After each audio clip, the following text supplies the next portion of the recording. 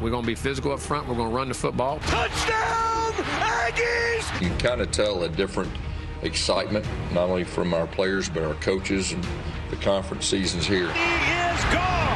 I expected it to be a dogfight. Is that a sack? Oh, baby! We've got a very good opponent coming in. Auburn's top 10 football team in this country. This is going to be one heck of a test for us. Oh, yeah!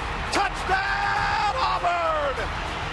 It's going to be a physical, knock 'em, rock 'em, sock 'em game. Touchdown, Aggies! The tougher the competition, the harder it is to execute.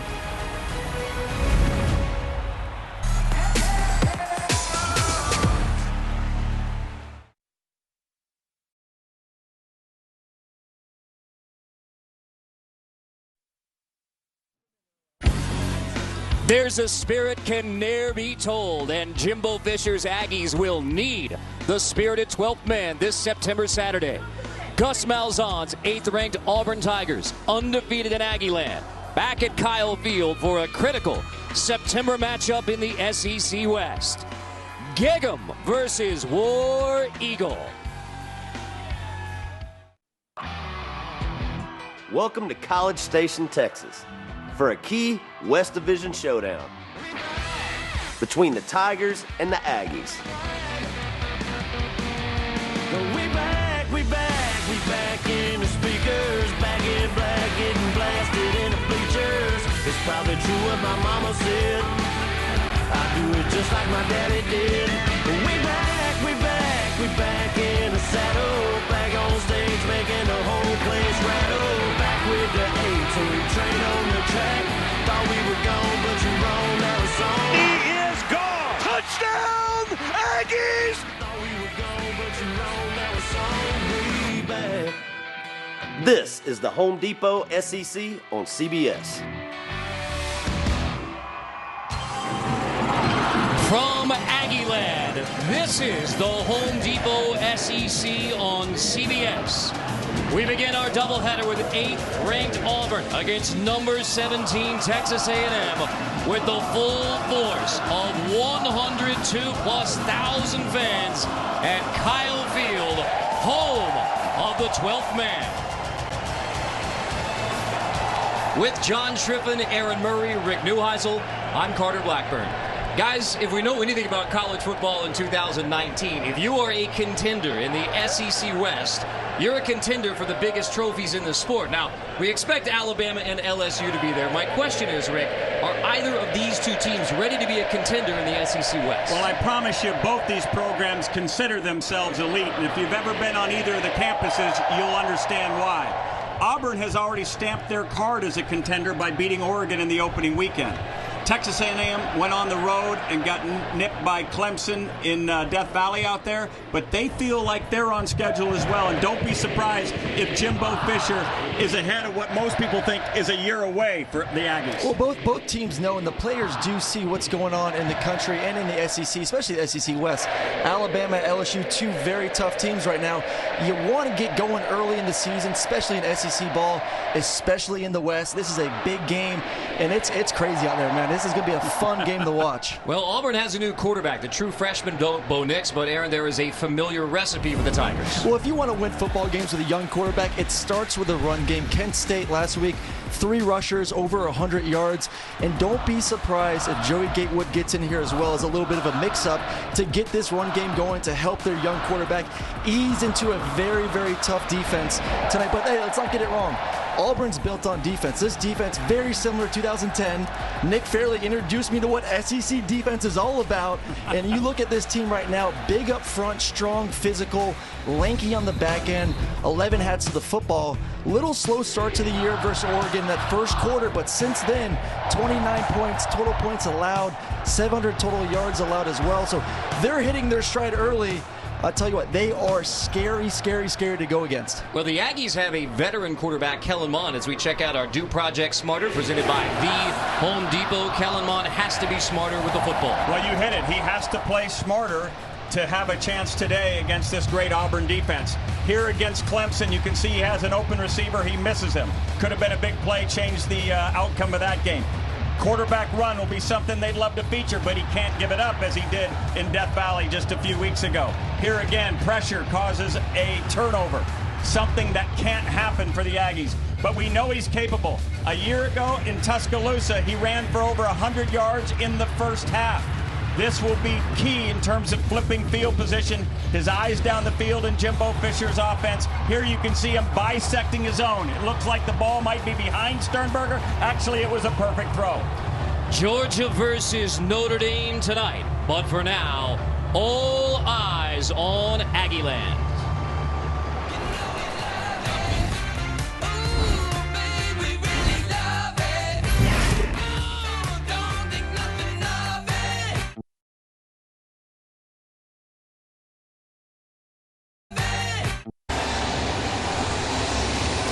E. King Gill would be proud of this scene. The 12th man rocking from Midnight Yell to kickoff for number 8 Auburn versus 17th ranked Texas A&M from Kyle Field here in College Station, Texas. Gus Malzahn undefeated in College Station despite this elite atmosphere. But that was prior to Jimbo Fisher's arrival in Aggieland. Gus Malzahn now 7th season as Auburn head coach. Well, Jimbo Fisher has some time on the plains as well, and for more on those ties, here's John Trippett.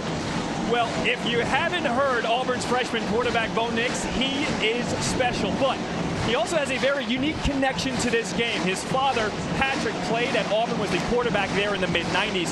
His quarterback coach at the time was none other than current Texas A&M head coach Jimbo Fisher. Now, I spoke to Patrick earlier this week. He told me he and Jimbo are still close. They speak regularly, but he said he did not reach out to him this week because he said, you know what?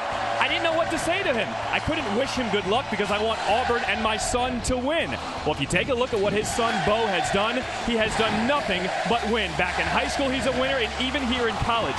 But with everything he has accomplished, he has never played in an atmosphere quite like this. I asked his father what advice he gave to his son. He said, stay calm. Don't get caught in the emotion of the game. Carter, let's see how he handles this crowd noise. The true freshman makes his first SEC start on the road in this environment. Aaron Murray, it wasn't too long ago that you were in his shoes. So what advice do you have for Bo Nix? And I had the benefit of redshirting, so I got to go on the road as a freshman and see what an environment like this would look like and feel like, and how the challenges of communication. It's tough. For him, he just needs to relax, go through his reads, calm his feet, calm his mind. It's a lot easier said than done when you're in front of 102,000 people. And of course, Jimbo Fisher very well aware of how this environment can affect opponents. 10th season as a head coach with the title at Florida State, now 2nd season with the Aggies of Texas A&M on a steamy September Saturday in College Station, Texas. So thankfully the storms that rolled through the area last couple of days have cleared off right now. 91 degrees, partly cloudy, and the largest crowd of the year in the SEC anticipated for Texas A&M versus Auburn.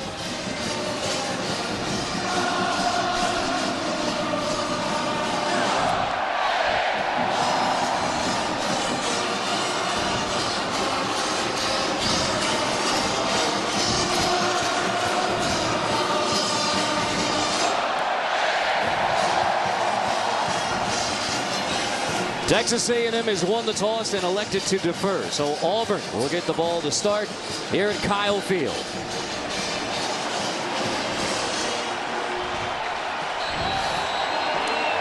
Noah Igbenogany back for Auburn. He had the critical interception off of Kellen Mond in last year's come from behind win for Auburn on the Plains. Braden Mann's kickoff will be a touchback to the 25-yard line. So we take a look at our Chick-fil-A starting lineups, and of course it begins with the Auburn offense and Bo Nix. Yes, Bo Nix, lifelong Tiger, but no, he is not named after that Bo. Patrick and Kristen Nix named him after her father, who passed away just before Bo was born. Patrick's father, Conrad, won a couple of state titles coaching Warner Robins, Georgia's Northside High School. Retired, went to work for his son. So Patrick told us back to Bo's junior high days, the family dinner discussions all about football. Shivers with him in the backfield.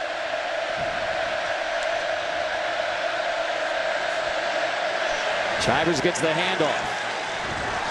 And gets out to the 29. And so Bo Nix, all right, Rick, now from the coach's perspective, I mean, how do you coach him up for this environment? It's all about making sure Bo Nix is comfortable. This is a hostile environment. First time he's been truly on the road.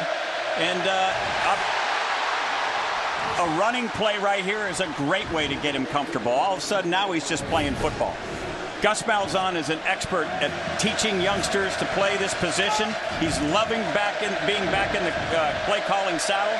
Anxious to watch this one. In fact, Coach Malzahn told us, I'm never giving it up, no matter how long I do this. Nix on the roll. Pressured. Drops it off. It's incomplete. Intended for Eli Stove. Let's take a look at the offensive starters.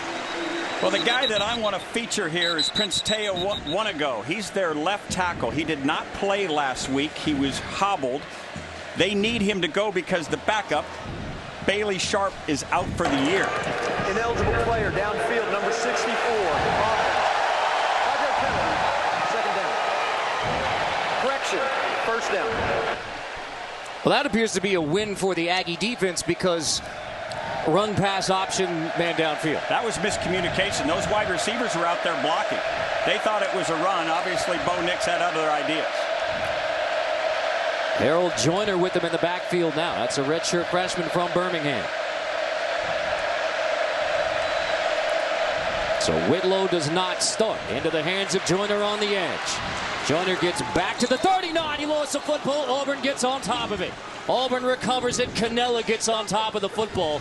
Whitlow doesn't start in part because of the fumble issues, and Auburn puts it on the ground anyway. Well, it's an issue for this Auburn offense taking care of the football. Joyner going to take the shovel. 2nd and 8. Joyner stretches. He is just short of the first down. Hansford on the stop. Let's take a look at that Aggie D. It's a tremendous D, especially against the run. Buddy Johnson, middle linebacker. Legal substitution on the defense.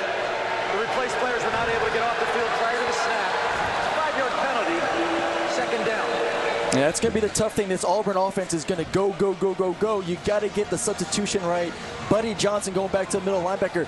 He's the one that needs to communicate everything going on defensively. The formations, the shifts, the jet sweeps. There's a lot of eye candy for this Auburn offense. You have to be really careful about substituting when the ball's on the far hash.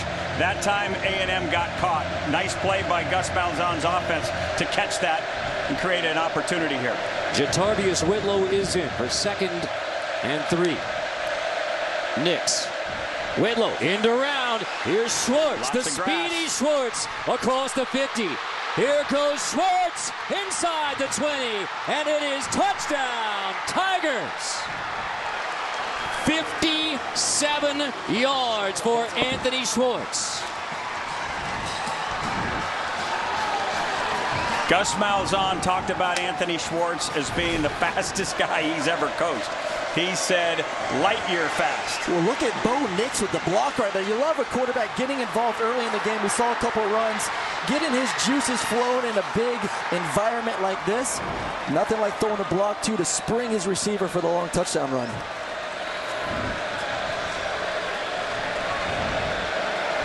Last season versus the Aggies, just 19 rushing yards. The Tigers, 68 on the drive, 57 of them on the TD run for Schwartz. 3 times that total in 1 carry. Carlson on for the PAT, only the 2nd time the Aggies have allowed a rush of 20-plus this season. So a big opening statement for the Tigers. Yeah, and Gus Malzahn knew he had to be creative to get this run game going. Get it to your speedy receiver to start this game off.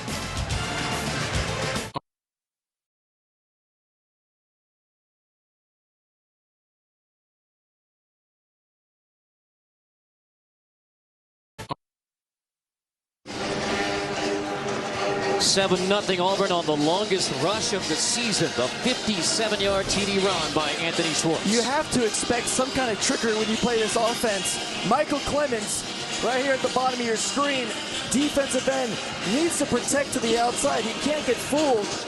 You see him out of his lane right there. Auburn takes advantage of it. Great block by Bo Nix. And that's just too much speed.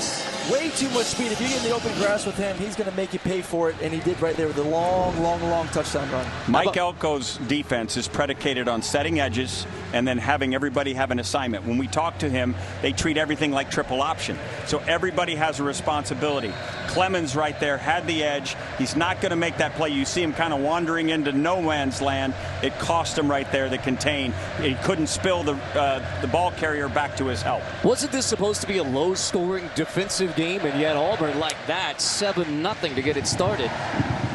Smith is back. He'll let it bounce. It'll be a touchback, and so the Aggie offense comes out. Time for our Chick-fil-A starting lineups. And we begin with the Aggies with Kellen Mond, the junior, and in 2019 clear QB1 for the Aggies, nearly an Auburn Tiger. San Antonio's Reagan High School. He was committed to Baylor. The well-publicized coaching change there, so Kellen opens up his recruiting.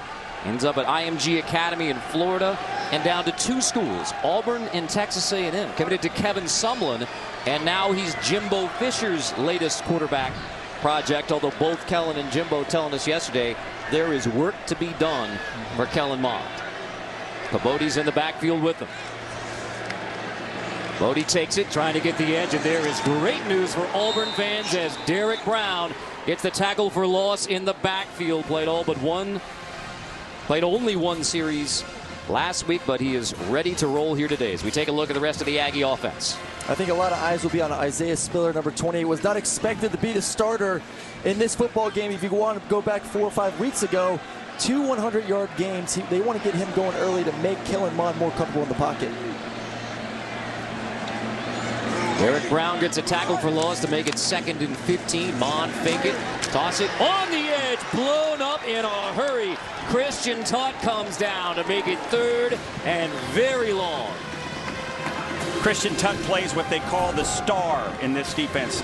Many people would refer to as a nickel. Obviously very athletic, able to cover out in the slot, but also linebacker-type tackling skills. Well, that's the whole secondary for this Auburn team. All of these guys are very good tacklers in space. They're fast, they're physical. It's not just the D-line. We don't think about Auburn, we think D-line, D-line. Those guys in the back end earn a lot of our respect. Back-to-back tackles for loss by the Auburn D, making it 3rd and 16. Mond and the Aggies. Mond over the middle. That's complete. Osmond makes the grab. 1st down. Thomas makes the stop. But Mond to Jamon Osmond, converting on 3rd and long. That's a great job. Cover 2 high safeties. You got to look the Will linebacker down.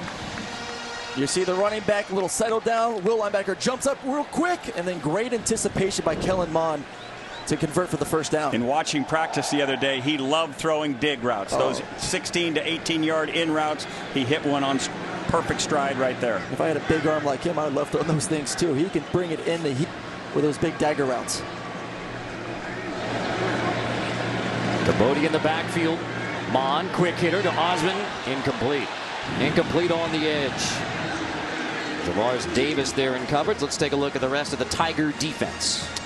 Well, the headliner here is Derek Brown. He's going to play in that front. He'll play right over the center at times. He'll play on the outside edge of a guard as what we call a 3 technique.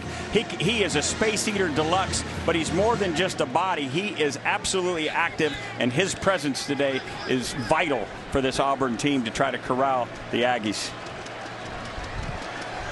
So Wanago and Brown both able to go today. We also anticipate Seth Williams should be fine. All 3 of them question marks. Cabote patiently picking his way, only gets back to the 40-yard line, a couple yards there. They let Brown look like he lined up offsides right there. You talk about crowding the football. He was getting every inch of it. Well, he was called for offsides a couple times last year, but he was dominant, especially in the 4th quarter when Auburn was able to come back. Yeah, I mean, does that not look offsides? I don't know what they're looking at. I mean, it's not like he needs it. He's quick off the ball and big and physical already. I mean, it's one thing. It's one thing to be 325 pounds. It's another one to be offsides. Almost offsides right here again. Advantage Derek Brown, and now Mond 3rd and 8.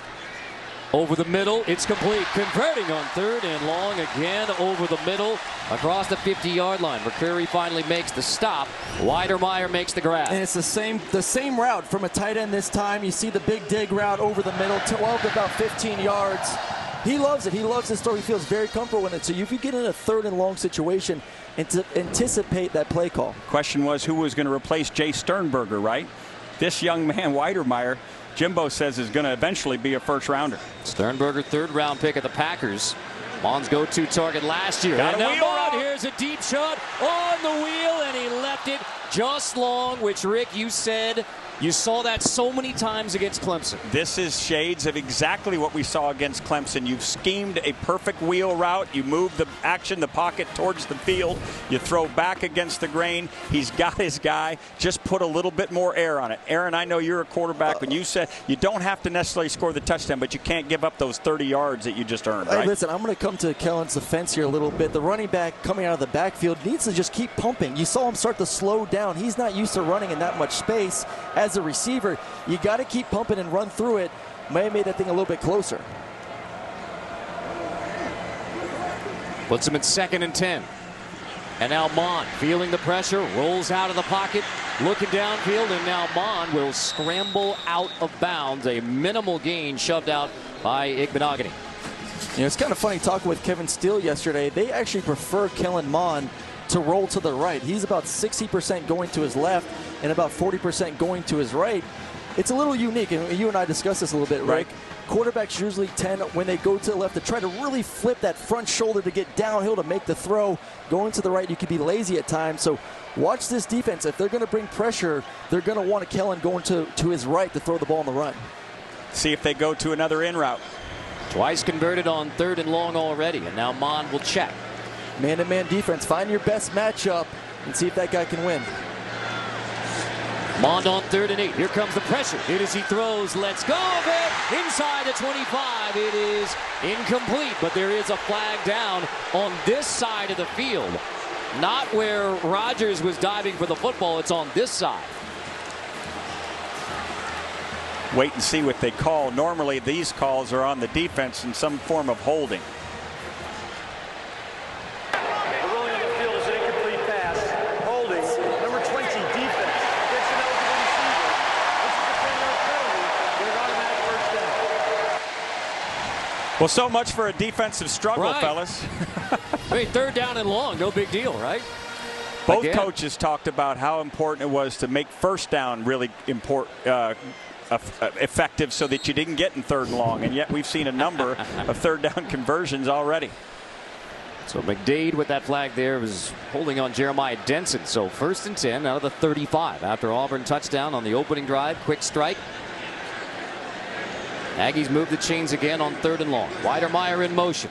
Mond will turn and hand. That's Isaiah Spiller on the left side. Spiller, nothing there on the left side, and Wooten leads the way. This is a nice job by the Auburn front, stringing this along, keeping gap responsibility. Against Oregon, this was Oregon's best running play, the outside zone. So obviously they've done some work on it in keeping their gap integrity. 10th play of the opening drive. Aggies without Deshaun Corbin, hamstring injury versus Clemson, out for the year. They lost Travion Williams to the Bengals. He's dealing with a foot injury himself. Mond 2nd and 10. Check down, complete. Spiller, but he is wrestled down in the open field, so minimal gain. McLean makes the stop. Zacoby McLean, sophomore from Valdosta, Georgia. And so many defenses, when they want to bring pressure, usually it's a zone coverage behind it, but Kevin Steele feels great. If he's going to bring pressure, he feels fine man-to-man on the backside. So Kellen Mond has to be more accurate than that. You put the ball in front of your running back, put it on his front pec, it gives him a chance not to have to slow down, keep going. It's going to be tight, though. These guys are tremendous in man coverage. But if you can lead them, it's a good thing. Interesting play call here, because this could be 4-down territory. They're at the 31, 6 to go. Aggies still perfect on 3rd down. Opening drive. Mond on 3rd and 6. Pressured again. Hit as he throws again to the outside. Jump ball incomplete. Courtney Davis got hands on it. Popo's the one who laid the lick on Mond. McCreary there in coverage. Field goal team headed in now. There was a potential for a quarterback run play call right there, which would have given you either a 1st down or a 4th and short opportunity. They like the man coverage and the matchup with Courtney Davis. So here comes Seth Small from 49. Career long is 52. Had a critical miss last year from 36 at Auburn in the fourth quarter. This one from 49 is no good. So a touchdown for Gus Malzahn's Tigers, and they hold the Aggies. Quite an opening statement on the road for War Eagle. 7-0 Tigers.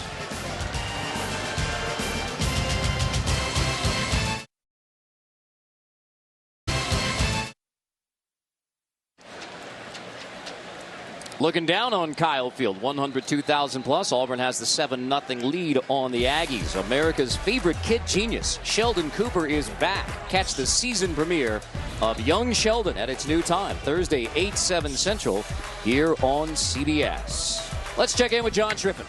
Well, guys, on that first touchdown that the defense gave up, it was actually a case of the home noise affecting the defense. When the secondary got to the bench, their secondary coach, Maurice Linguist, asked them who had the edge. When they couldn't figure it out, he said, you've got to be able to communicate better, and because you can't hear each other, you have to use hand signals to communicate. We can't let that happen again.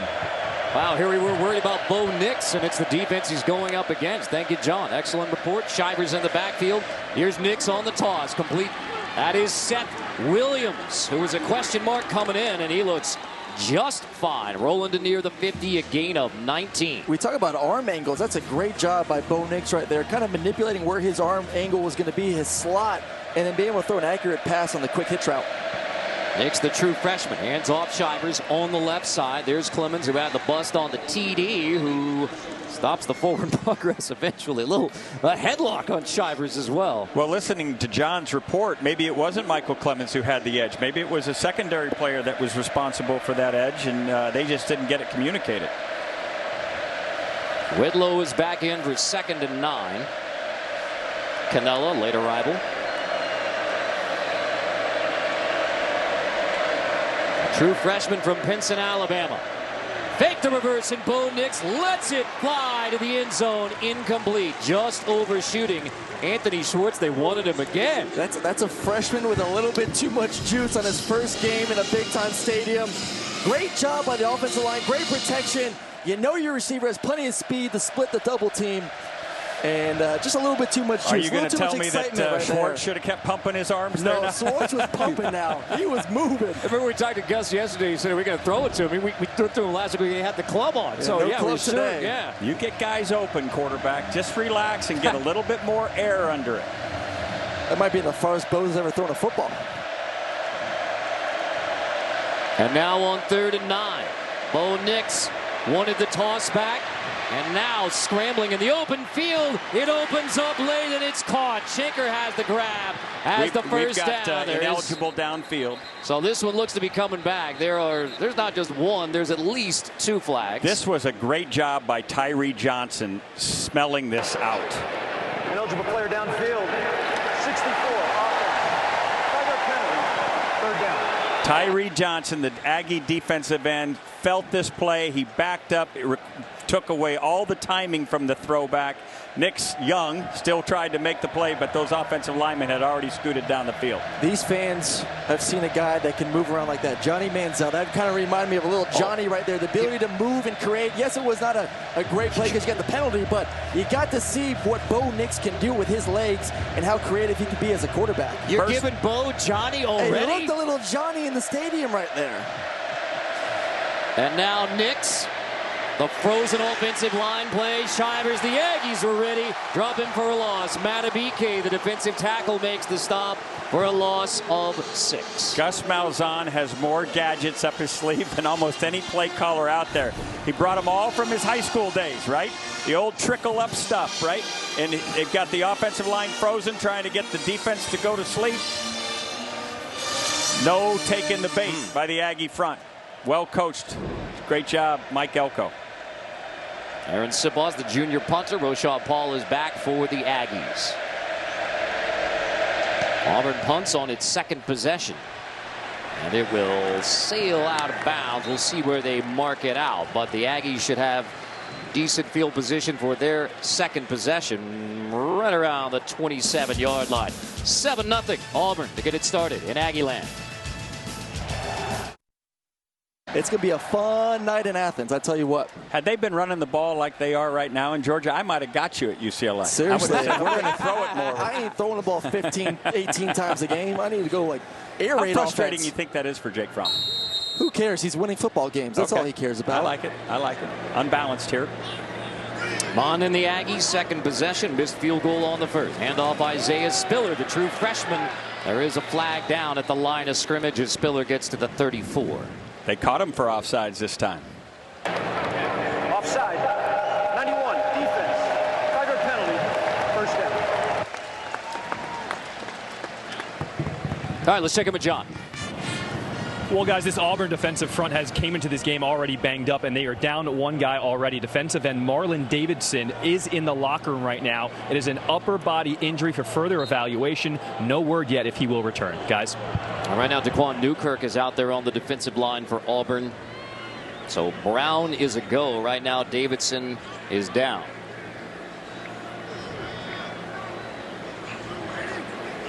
On 1st and 5, Mond, handoff again, Spiller, nothing doing. Well, the Auburn defense has been stout from the start. I still think they need to get this quarterback running, but you can see these guys are formidable up front. That is the third tackle for loss already by the Auburn defense. This is the way they played the fourth quarter last year against the Aggies in Auburn, and they have started it here. And Kevin Steele, one of the most respected defensive coordinators anywhere in college football. All the numbers, including the scoreboard, in favor of Auburn early. Mond, 2nd and 7. Deep out. Looks like he was tackled just short. And it's Tutt who comes up to make the stop on Buckley. I mean, just short. Well, this is a play they ran probably about 5 or 6 times in practice on Thursday. Very simple read, outside in. If you have a man-on-man, you can take a peek at your slot receiver on an inside fade. But great job by Kellen showing off that arm strength, being able to get the ball out there in a hurry to make this a 3rd and manageable. This is a big play for A&M here to keep their offense on the field and let their defense continue to rest a little bit. So you get substitutions prior to 3rd and short, but now the play clock inside of 10 seconds. 3rd and 1. Mond will hand off, and that looks like a stop by Auburn. Spiller looks like he is stopped. Wow, Britt comes up to make the hit, and Auburn's defense flag, and a lot of pushing and shoving. Beal right in the middle of it. Guys, it looked like Auburn lined up offsides again. I'll let John McDade and his crew sort this one out, but it clearly didn't call it. But right. It's he ain't cheating, he ain't trying, right? You know, try to push the limits a little bit for the defensive line.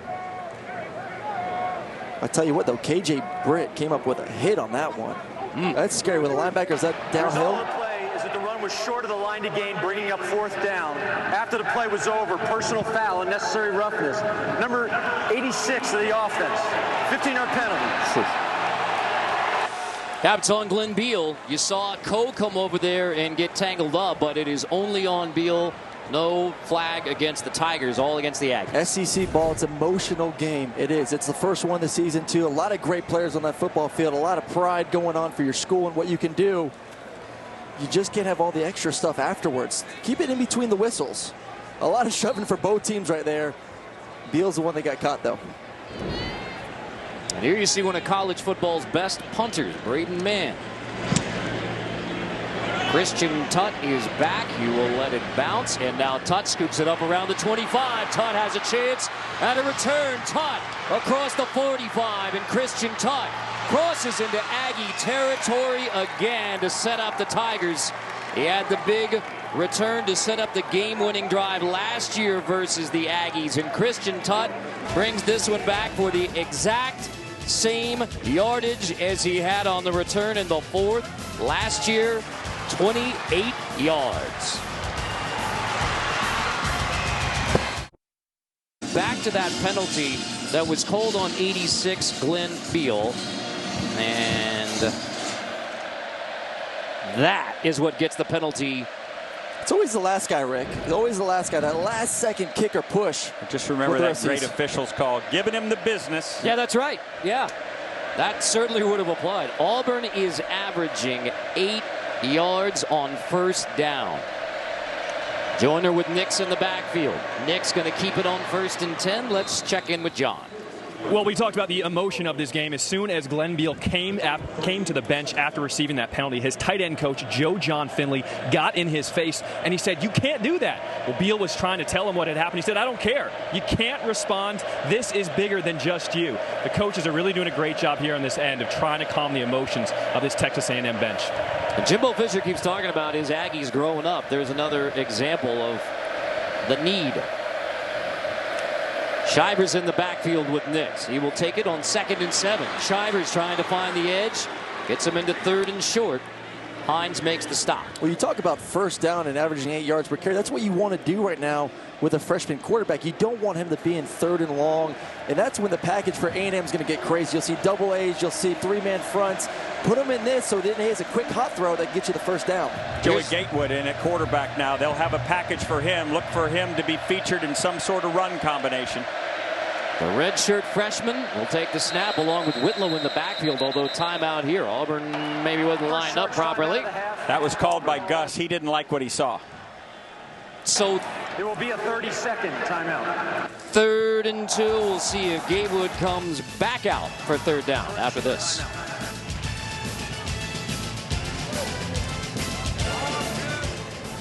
Pajamas. Season premiere, CBS Monday.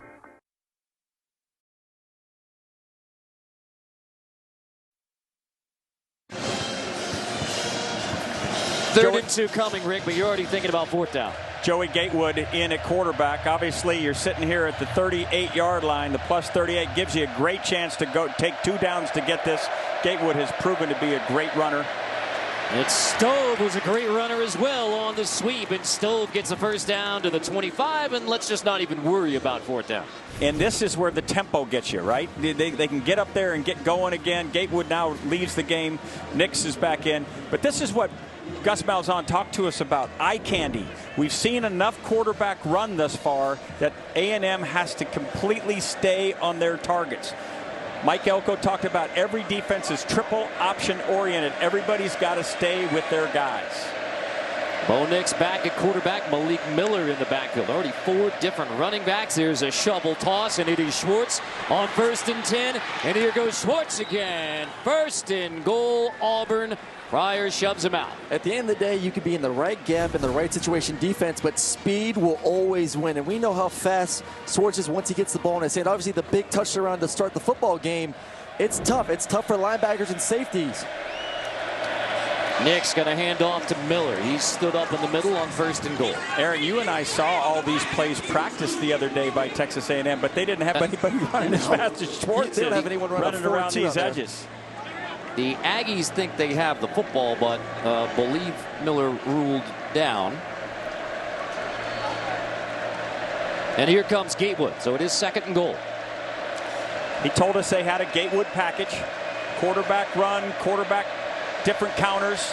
Look for a little eye candy right here. Gatewood touchdown. Fakes it, tosses it, and there it is. Touchdown. Shaker. This one from 6 yards. And an almost perfect start for Auburn here in College Station. And it's a great job with the unbalanced formation. He actually had the tight end at the tackle position. They moved Prince Tega over to the right side of the offensive line. And what do we call a run, run, run? Anytime Joey Gatewood's in, he's going to run it. But, hey, ladies and gentlemen, the man can throw a football. I saw it in spring practice. We've seen it in practice in the fall. You can see Jenker, the tight end, lined up in the tackle position. This is an unbalanced set. We'll show you here in a bit. Carlson's PAT 14-0. The road team has rolled in this recent rivalry. Auburn 14-0 on Texas A&M.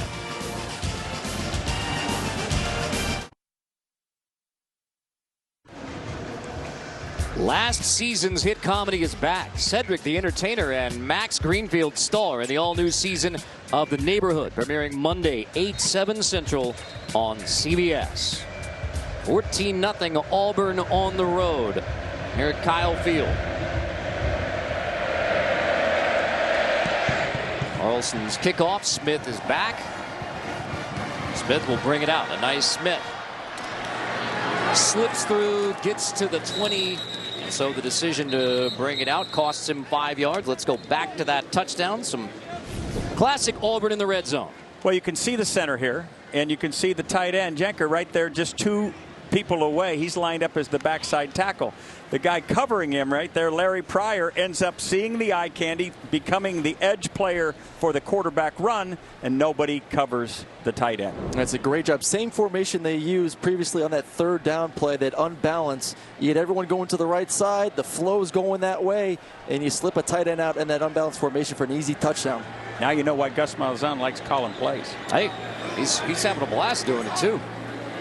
Cabody, he tried the sweep, and here is Mond running across the 25, across the 30, and Mond has a first down, and there's the Mond run. I have been clamoring for this. This guy is a gifted runner. He's a great weapon with his legs. It creates simpler throwing coverages because you have to put an extra person in the box.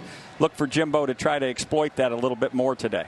It's funny, coaches told us that they actually feel better with him running and taking hits because at least you can prepare for it. You and I both know you sit in the pocket, and some of those blindside hits are worse than if you're just knowing that, hey, I'm going to take a linebacker on one-on-one.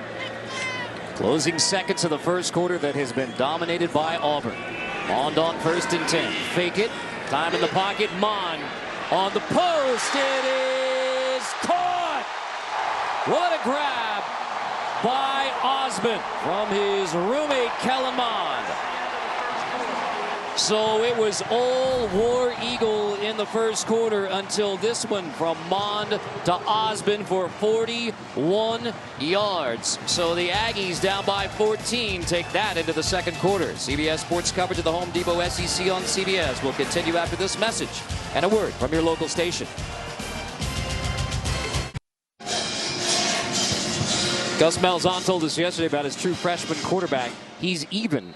It's a little unusual, even at the true freshman, 4 for 5 passing to get it started. And a 14-0 start for Auburn, but Kellen Mond and the Aggies driving first play of the second quarter. Mond snaps it and hands off. There is nothing doing outside. McClain makes the stop. Let's go back to that 41-yard catch. We had a lot of time to look at it as long as everyone else did as well. Well, there was some question whether or not he maintained possession. You can see the ball come loose there. It looks like he pins it against his leg, and there's no camera angle that you can say he didn't definitively do it, so they confirm the catch.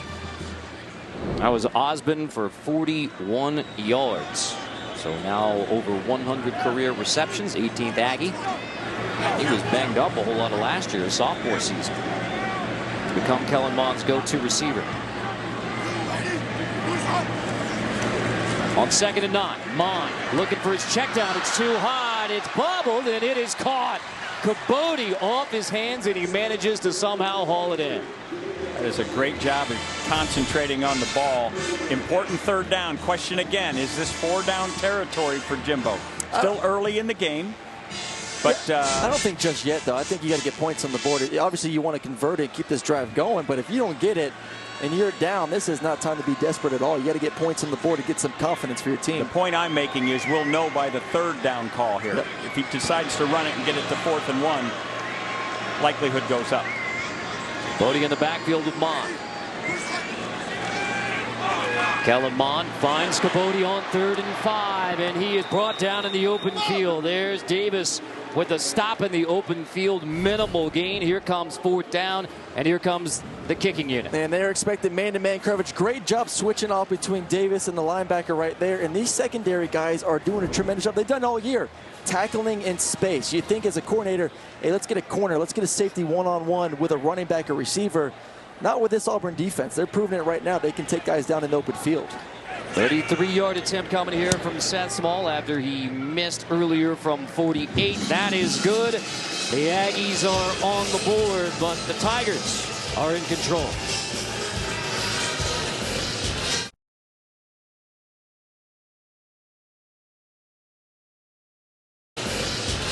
$129 yards receiving. They score 66 at Vandy and move to 4-0. Guys? Oh, my God. I mean, Adam, I still get 66 for LSU, and it is all of a sudden. I thought that was a highway, not a score. Get your kicks. Route 66, exactly. Tigers. I mean, Joe Burrow now, he's unbelievable. Third game this season, 4+. It's fun, and you can actually turn on an LSU game and enjoy watching it if you're an offensive fan. It's no longer turning on to watch great defense. You turn it on to watch that offense. Those receivers and Joe Burrow go out there and do their thing. Transfer quarterbacks are the rage of college football. And it's here to stay. Yep. Braden Mann kickoff. Trickle into the end zone without even looking at it for Igbenogany. So touchback. It'll be Auburn football the 25. Let's test your knowledge with today's Aflac trivia. And this is going to test our knowledge as well, because I promise you, we have not seen this. Who holds the Auburn record for most completions in a game? Okay. We haven't seen this yet. I'm just going to guess there's a family tie in this football game. I don't.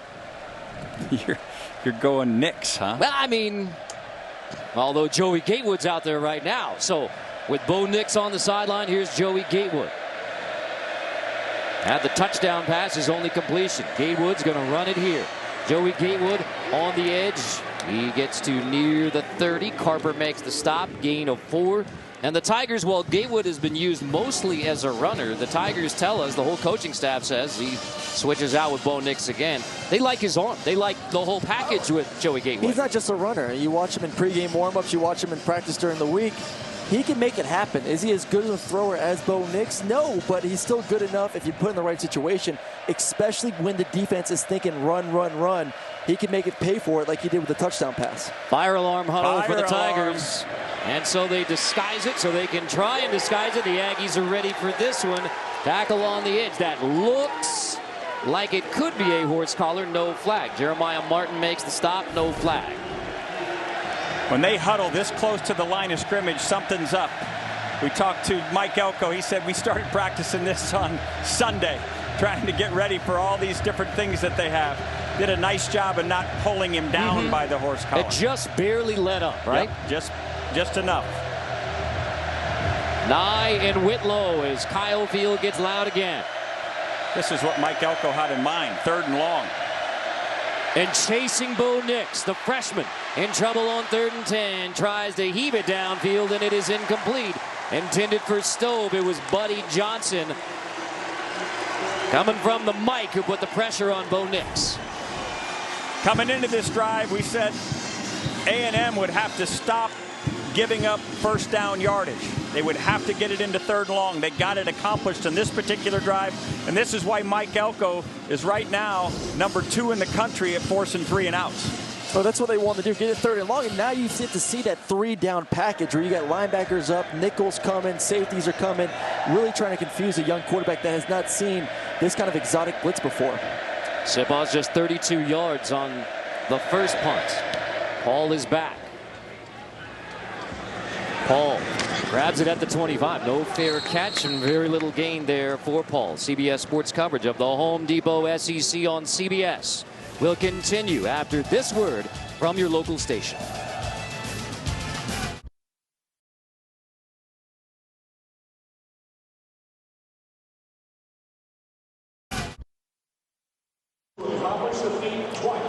Welcome back here to Texas A&M as Auburn leads 14-3. Well, we have seen this crowd. They are loud and they are big. This is the biggest stadium in the SEC, over 102,000 fans. So I wondered, how do you feed so many people? I talked to executive chef for Aggie Hospitality, Ryan Farrell. Take a look at some of these numbers.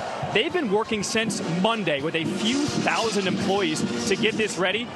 80,000 hot dogs, 85,000 bottles of water. Well, if you want the true showstoppers, take a look at what they're serving here at Texas A&M. Bacon on a stick, a 5-ounce slab of bacon dripping with honey and sugar. Oh, sure, send a few of those up here. Like candy. Wait. It's unbelievable. All right, now I want to ask Schriff whether he prefers that or the brisket that I brought with me to College Station, Texas. Spiller. All right, Schriff. Now you're on the spot now. The candied bacon, the brisket. What do you think? Wait. We're not even done yet. This is the Aggie burger. I'm talking brisket and short rib in a patty. Are you serious? Go big or goodness. Go home. Wow. Oh, Welcome to Aggie Land. Now that's fantastic, John. Now I love they E. King Gill. That's the 12th man, 1922. So they have the E. King Grill. I like here it. at I Kyle like it. I see Field. what you did there. Yeah, that's second down and 8. It wasn't my idea. Here's Mond on second down. Steps up, delivers. That is complete. Rogers has it. Rogers is wrestled down. He'll be short of the first down. K.J. Britt, nice sportsmanship, gives him a hand back to his feet. We talked to Kellen Mond about going from Noel Mazzoni, who was Kevin Sumlin's offensive coordinator. Here they're coming, little fast huddle. Started 2 for 2 on third down. Haven't converted the last 3. Mond gets a push, and he appears to have just enough to move the chains for an Aggie first down. Going from Noel Mazzoni's offense to now Jimbo Fisher's offense, what the difference were, a lot of progression reads in Noel's offense, meaning it is a first down, meaning that you go from receiver to receiver to receiver, not necessarily paying much attention to the defense. In Jimbo's, you go a read of the defense tells you where your first priority Which is opposite of what Auburn does. Auburn's more of a progression offense where you go 1, 2, 3. This offense is going to be too high, you'll work to the right. Single high, you're going to work back to the backside. Here comes pressure on first down. Mond hands off, and it'll be a tackle for loss. K.J. Britt in the backfield. All right, so what do you prefer, Coach? Oh, I absolutely want systems? the quarterback to know everything that's going on in the defense. There's so many tells out there, and that's when we've heard the term getting the game to slow down. When you know what the defense is doing. It's why these 40-year-olds, Tom Brady can play at 42 years old because he knows what's going on that usually side of the ball. if you're going based on coverage, there's usually a progression once you get to that side. So if it's too high, we're working to the right. You usually go 1 to 2 back down to my back, and then single high, you work the other side. So it's a little bit of a mixture, but I'm with you. I prefer reading what coverage on the back end. After the tackle for loss on first down, second and 13, screen set up well, and it's Spiller who has it, and Spiller near a first down. We talked about the good and the bad of Kellen Mond, but Jimbo Fisher going to bat big time for his quarterback, saying no one works harder, no one studies more. I have more confidence in Kellen Mond than anyone I have in a while. And his leadership. He's not a vocal guy. You don't see him in practice rah-rah getting guys juice, but he's taking that next step this year. He'll break the team down after practice. He's more vocal when it comes to getting the offensive line together and the running backs together. So he's taking that next step of leadership. 7 straight completions for Kellen Mond. Osmond in motion. Mond over the middle, make it 8 straight completions. Courtney Davis first down. There is a flag down as Davis gets to the 36. Gain of 17, but a flag. Likely offsides against Auburn.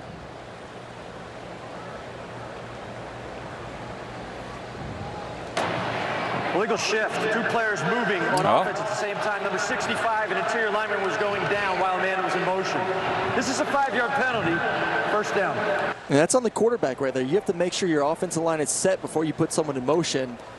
I know you're moving the ball, you're feeling good, but hey, at the end of the day, the big guys take a little bit more time to get that hand on the ground. You got to make sure they're all down before you want to send someone. Absolutely on the quarterback. 21 rushing yards, and that was, billed as dual threat, and Kellen Mond still runs it, but Jimbo Fisher, part of the developing Kellen Mond as a quarterback, says job number 1, not to run the football, but that is still part of the package for the Aggies. Isaiah Spiller with them in the backfield on 1st and 15. Heavy pressure. It's a screen, and it's incomplete. Off the hand. Big Cat Bryant gets the pressure, and Spiller couldn't hang on. Stream CBS Sports HQ, the free 24/7 news network for coverage that's always focused on the game. Get nonstop highlights, fantasy advice, and picks. Download the CBS Sports app to watch today. Talking to Joe, and we were questioning where Kellen Mond was in his development within his offense. One of the things he also pointed out is we got to catch the ball. Right. We've seen a number of drop balls here, or balls that at least could have been caught. Yeah, go back today. to that Clemson game, 3 or 4 drops in critical situations, and we've seen a couple today. Tough catches, but at the end of the day, you got to be able to make them. 2nd and 15. Mond, deep throw, and it is incomplete. Only hand on the football was Javaris Davis to make it 3rd and 15. Now, the good news is the Aggies have thrived in 3rd and long so far. Be ready for those dig routes, those big dagger routes if you're going to want to play cover 2. There's an injured Aggie. It's Kendrick Rogers who was down for Texas A&M. Rogers, who had the biggest game against Clemson, 7 catches, 120 yards. Frankston, that's east of Corsicana. Your Texas geography is just spot on. I've driven a lot of the state. Training staff tends to Kendrick Rogers. We step aside. Monday on CBS, LA's newest Superior Court judge is changing the system. One case at a time. The new drama All Rise premieres Monday, 9/8 Central on CBS. Rogers okay on the sideline. Let's go back to that play. Rick, you think there may have been a penalty? Well, head coach Jimbo Fisher said these guys get a little handsy. That looks a little handsy to me.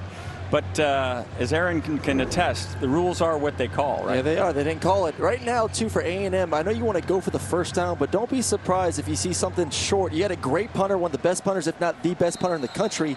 If you're able to pin Auburn back and then get the ball with, say, a 3-and-out, then you give your offense a field position to put a score in before halftime. So don't force the ball if I'm Kellen Mond right now. Those 2 big conversions on 3rd and long, opening drive, but it ended with a missed field goal for the Aggies. Now 3rd and 15. Mond chased out of the pocket. Kellen Mond on the roll, and he will be dropped. And it's Christian Todd who chases down Kellen Mond in the open field to force 4th down.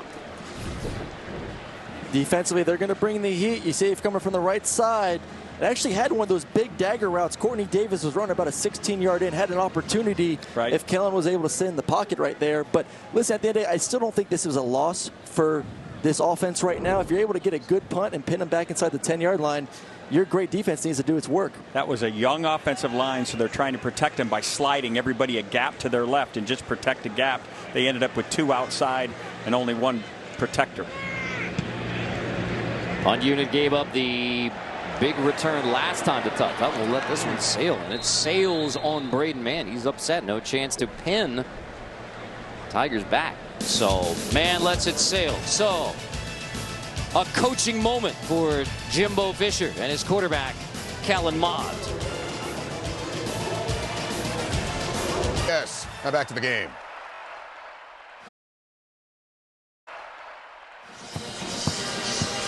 Roll Tide roll 49-7 over Southern Miss, getting ready for Ole Miss next weekend. Tua Tagovailoa with another impressive performance. The new running yards for Alabama are those just unbelievably electric wide receivers catching slants on the RPO and then off to the races. It's incredible. I mean, you throw a quick slant for a quick, easy 5 yards, something you can throw in your sleep, and those guys beat a safety one-on-one in the open field, and it's a 70-yard touchdown. It's hard to stop because there's 3 of them that could do it. Another fire alarm. This is hard to stop as well. This is what the quick huddle for Auburn. They break it, and they want to snap it in a hurry. Shivers is in the backfield. Bo Nix loses the football. Bo picks it up. Bo on the roll, just dumps it into the sideline, and that is the right play. Yeah, that's a mature play. Don't make a bad play worse, and live to fight again. 2nd down and 10 we can live with. Don't turn the ball over. Don't take a big loss. I mean, Gus Malzahn going so far as say, play calls are like your children. Right? you hate it when they get squandered by a bad deal. You work so hard to put that play together.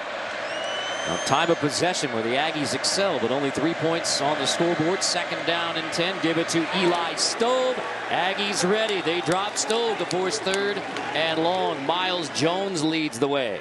Yeah, it's a big job by the defense right here. Get ready to see a little bit more of the exotic stuff. Great job on that 2nd down right now. Not getting faked out. But, hey, right now, 3rd down. Be ready for Here it. it comes. Here comes Mike Elko and where he puts on his mad scientist hat. Give credit to DeMarvin Leal there on that stop as well. Noise gets to be a factor here. And just look at all the guys at the line of scrimmage right now. You don't know who's coming. You don't know who's dropping. Nix stepping up. He feels the rush. rush and takes the sack. Matabike gets the sack on Bo Nix. This is what we were talking about, young quarterbacks. They get back there, they're looking, but they can feel this pressure, and then their eyes come down. Once that happens, it's over. You can see as he's looking down the field, but right here, he sees rush. And now it's like he's caged and just find me an empty place to get safe. Well, you see the eyes go down and then they go back up. You don't know where anything's in that split second. In SEC defenses, everything, your picture completely is different at that moment right there. That's his next progression. Can he make all the throws? Yes. Is he very talented? Heck yes, but he needs to learn pocket presence and keeping his head up. And this kid could be special in this league. Sabas hits it from the 5. Paul grabs it at the 35. Roshaw Paul across the 40. So the Aggies will be set up across their own 40-yard line. 1st and 10, Texas A&M. All right, let's answer our Aflac trivia question. Who holds the Auburn record for most completions in a game? Oh, I promise you, we didn't know this. I didn't know this, but I mean, I was just going to guess. Nice job foreshadowing. Right, October 28, 1995. Ooh. 34 completions. I mean, that, when you go, all right, 34 completions, who was it against? Arkansas. What an impressive performance. And yet, Arkansas won the game 30-28. So, Bo Nix 4 for 7 in this game. The Aggies set up a good field position. Kellen Mond hands to Capote on the right side. He's dragged down. Marlon Davidson, remember, left the game earlier with an injury, but he's been back out there after missing just a couple of snaps. So Davidson and Newkirk combine on the stop. Davidson, a great job here holding the edge and then throwing off his blocker and getting back inside to bring down the running back. See how he keeps his arms extended? Beautiful job. Textbook. That is not a good number for the Aggies. 1.5 yards per rush. They averaged only 2 yards a carry versus Clemson. So this was... A year ago, they ran for 200 yards. Right, and held Auburn to just 19. And now Mond on 2nd and 10. He feels the rush. It is incomplete. Intended for Buckley over the middle. Davis knocks it away to bring up 3rd and 10. So I would have loved to see Mond right there run a little bit. Tight man-to-man coverage. You expect that with this Auburn secondary. But right there, you hitch up. No one's open. There was a little bit of a lane. We've seen him get skinny and get through some of those to make some big plays with his legs. This game is settling into what we expected, which is hard yards running the ball and some 3rd and longs, and watching these two defensive coordinators dial up some pressures. After the explosive start from Auburn when they got out to the 14-0 lead.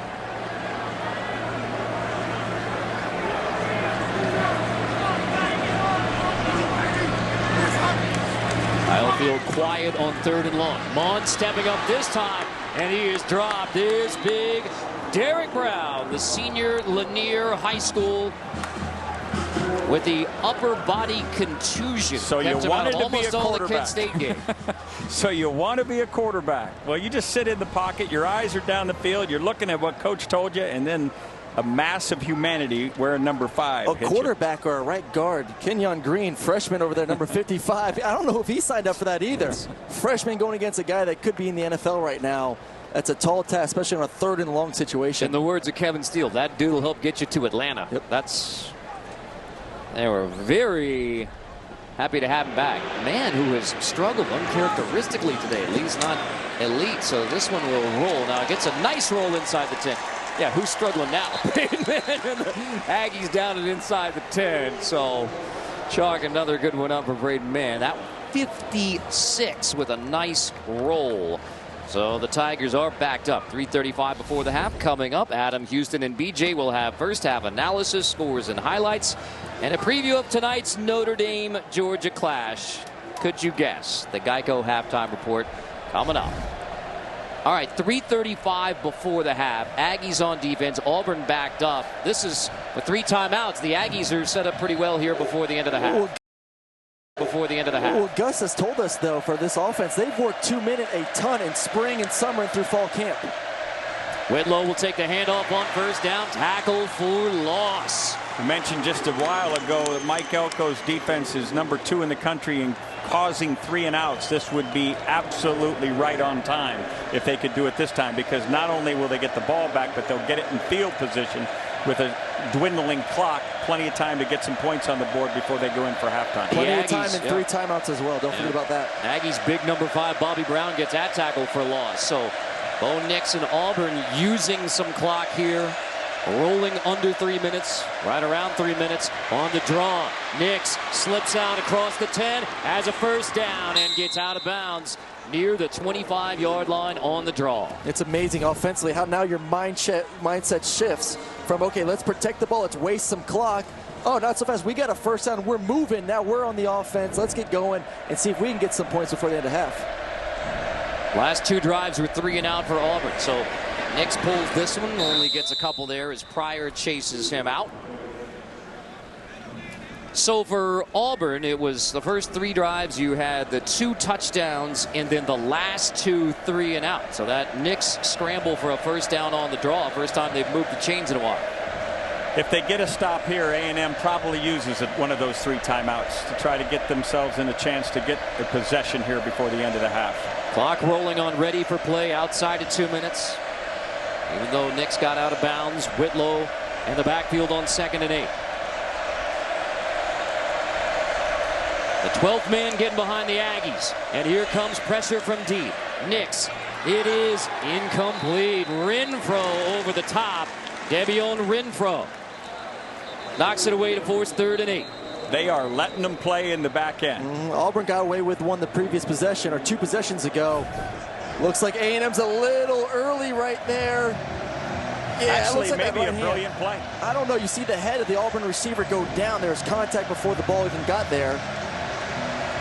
And now 3rd and 8 with those 3 timeouts. If you're thinking you get a stop here and the clock is rolling, it's a live clock. Absolutely. Absolutely. Here's another exotic.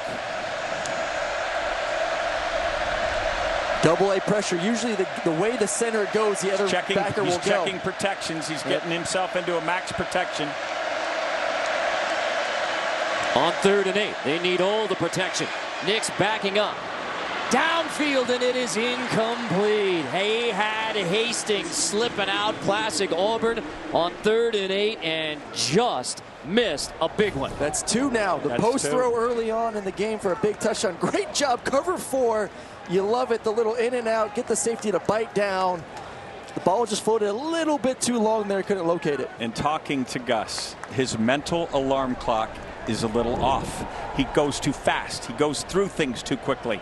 That he sees it, and the ball is heaved rather than thrown, and an incompletion rather than a huge play. Also try. I mean, he got it protected up. He did a great job. Changed protection. Trust it now. Sit in the pocket and make the throw.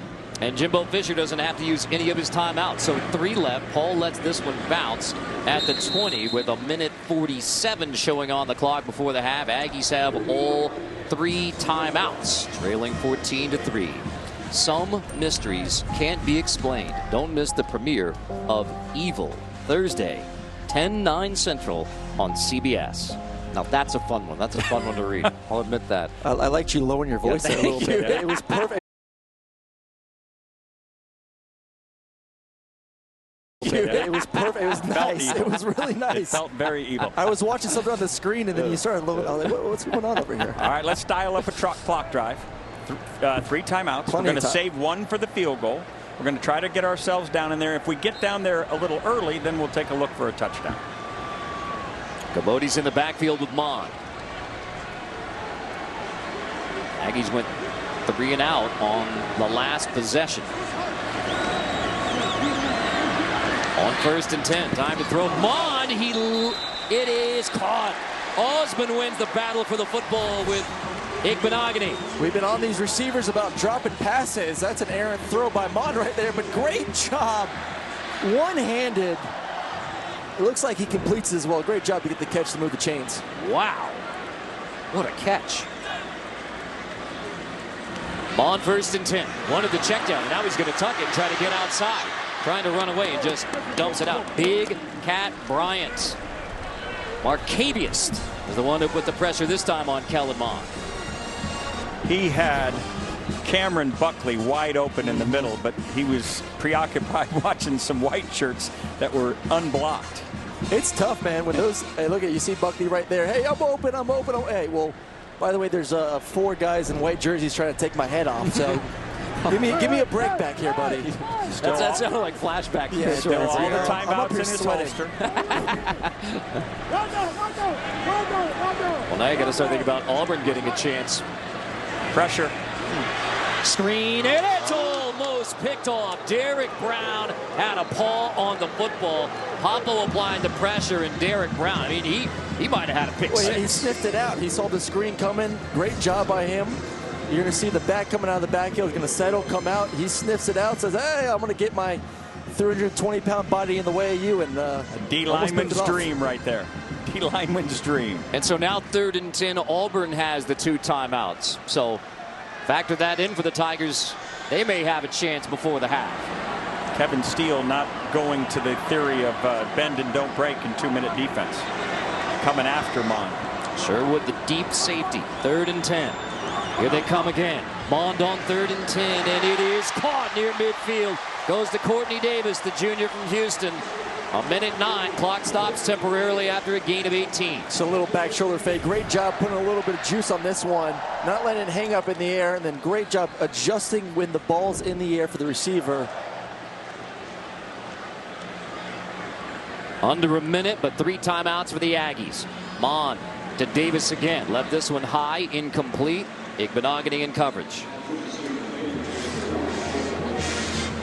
These SEC officials are letting him play in the back end. That was some hand fighting on that last one. Roger McCreary got thrown down. And it's payback. Yeah, it's payback for They are letting him play. So tough throwing it right now. Caleb Chapman into the game for the Aggies.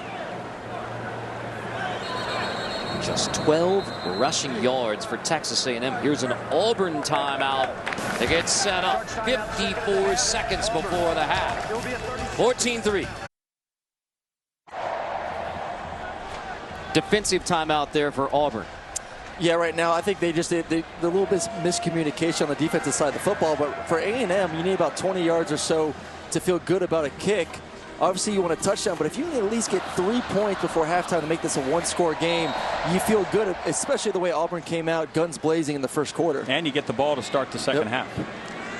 So that's ball missed from 48 earlier, so you want to get it at least at the 30 for a 47-yarder. Going by that. Swing it out. That's Capote out of the backfield, and Capote out of bounds, 3rd and short. Still 3 timeouts. Potential for 4 down. I would probably say Jimbo wouldn't do it. Yeah. You're looking for and I still go back. Kellen Mond's legs, especially in these downs, which so far Kevin Steele has shown are pressure downs. In these situations, give him something that he can RPO, which take a quick throw if they give it to him, and then if not, he can take off on his quarterback draw. Davis motions in 3rd and 5. Mond looking over the middle. Feels the rush. Mond incomplete. It was Davis dragging across, and it's incomplete. Thomas there in coverage. And for now, Kellen Mond and the Aggie offense staying on the field for 4th and 5. Yeah, I don't know. I think the punting unit is going to come out for this one. You don't want to risk a chance of not getting this and then giving Auburn an opportunity to get maybe 3 points on the board. They'll think it over, maybe burn a timeout. But, yeah, the punt team's definitely coming out on this one. Kellen Mond had an opportunity to complete that pass, but, fellas, as he moved in the pocket, there was room to run for a 1st down. I think somehow, some way, they have to encourage his legs to be part of this offense. No rush to get the snap off. Play clock down to 1, but man will get it off. Hits it right around the 45. And there is touchback. Aggies play this one perfectly. So bounces out of bounds, and now with 34 seconds, Auburn has the timeout, but you're all the way backed up. Just take a knee. Yeah. Move on. You're up 14-6 on the road. True freshman quarterback. The Aggies have all 3. The Aggies have all 3. They're going to take all 3, see if they can get a punt, do something quick. So this is what you were talking about. I mean, both head coaches were expecting field position, timeout, clock manage. It was going to be huge. Auburn explodes the 14-0 start, and now we're in that back and forth chess match game. I'm surprised Gatewood's not out there. Actually, if you're going to run the ball and try to end this half, you'd expect the big Gatewood to try to grind out some yards and push down this clock to see if he can finish the ball. But they're going to take a knee. I'm with you, Coach. They're going to get a timeout. Jimbo's running to the official right now. Or you run a two-lane play. And sure enough, here's a little trick play. So backed up near the goal line. They run it, and there's Shivers out of the Green Waves playbook. Auburn. And there is the timeout. So the fake kneel. Hey, work for the Green Wave. Okay, we gave credit to Tulane, but knowing Gus Malzahn, you know that was in there before the Thursday night comeback. That goes comeback. back to Springdale, Arkansas, I promise you. I asked him last night, how many of these plays did you have in your arsenal when you were coaching high school back in Arkansas? He said, almost all of them. It's Joyner in the backfield, 2nd and 6. 2 timeouts left for the Aggies. Nix will fake it, and Nix will keep it. Gets to the 10. There's the quick timeout. Stop it at 21 seconds. 1 left for the Aggies. Stop them on 3rd down. Use the final one. And we'll see how much time the Aggies have left if they stop the Tigers on 3rd down.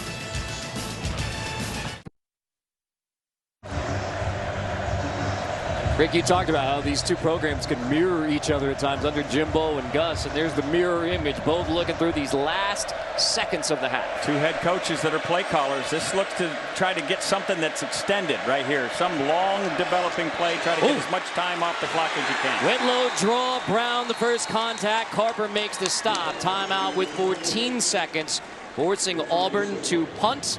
And the Aggies are out of timeouts now, so not a whole lot of room to work, but you've managed to get it to 14 seconds. Great job by Brown. They're explosive off the ball, and right now, if you're A&M, you're hoping for a decent field position off the punt, get the ball on the opposing side of the field, and maybe 1 play to the boundary or 1 first down, depending on the clock, to be able to spike it or get out of bounds for a last-second field goal. Seth Small over on the sideline, hoping he gets his shot. Knock one through here as these waning seconds. Twice from 52 last year. Do you consider going after this punt to get the punt block? You set up for return. How do you play this? No, I absolutely am trying to get a field goal here. I am going to try to set up a return. I have probably time for 1 play, maybe 2, before I kick a field goal, depending on the time that elapses off this punt. This is where you'd like 6-second hang time if you're Gus Malzahn. Aaron Sipos, the junior punter from Melbourne, Australia. 14 and rolling. Hall will fair catch it on the plus side right at the 47 seconds. So from right there would be a 57-yard attempt. So just past. Do you try and snap one here to get a better look? I used to time how long it would take to throw an out into the boundary. I could get it out of bounds with 4 seconds left. So there's no question with 7 seconds left, I can throw something into the boundary that gets out of bounds. Well, for Auburn, though, I'm going to play the sideline. I'm going to say, listen, I'll give you a first down. Throw the ball over the middle of the field. You don't have a timeout, and you can't get a first down and still spike it in time to be able to get the field goal unit. So play the sideline. Don't let these guys get out of bounds. Picket fence, we call that defense. No timeout, 7 seconds. Offense on the field. There's room for a ball over there, though. They end up running kind of a pick out there. Onside, free play, fling it. Davis incomplete, but free play. 4 seconds showing on the clock. Big Cat Bryant jumped. And now you have to kick it. And there's your 5 yards. You were looking for to give Small, 51-yard penalty, 51-yard field goal now. 52. And here he comes. Small for what would be 52. This would equal the career long. He missed from 48 going the other way in the first. 4 seconds. Connor Choate, the snapper. Braden Mann, the holder. To equal his career long. Seth Small. And it is no good. A miss from 48, a miss from 52. And Auburn takes a 14-3 lead to halftime here at Kyle Field. That is the end of the first half of the score, 14-3. For John's halftime interview with Coach Malzahn, go to Twitter @SEC on CBS. Now let's go to Adam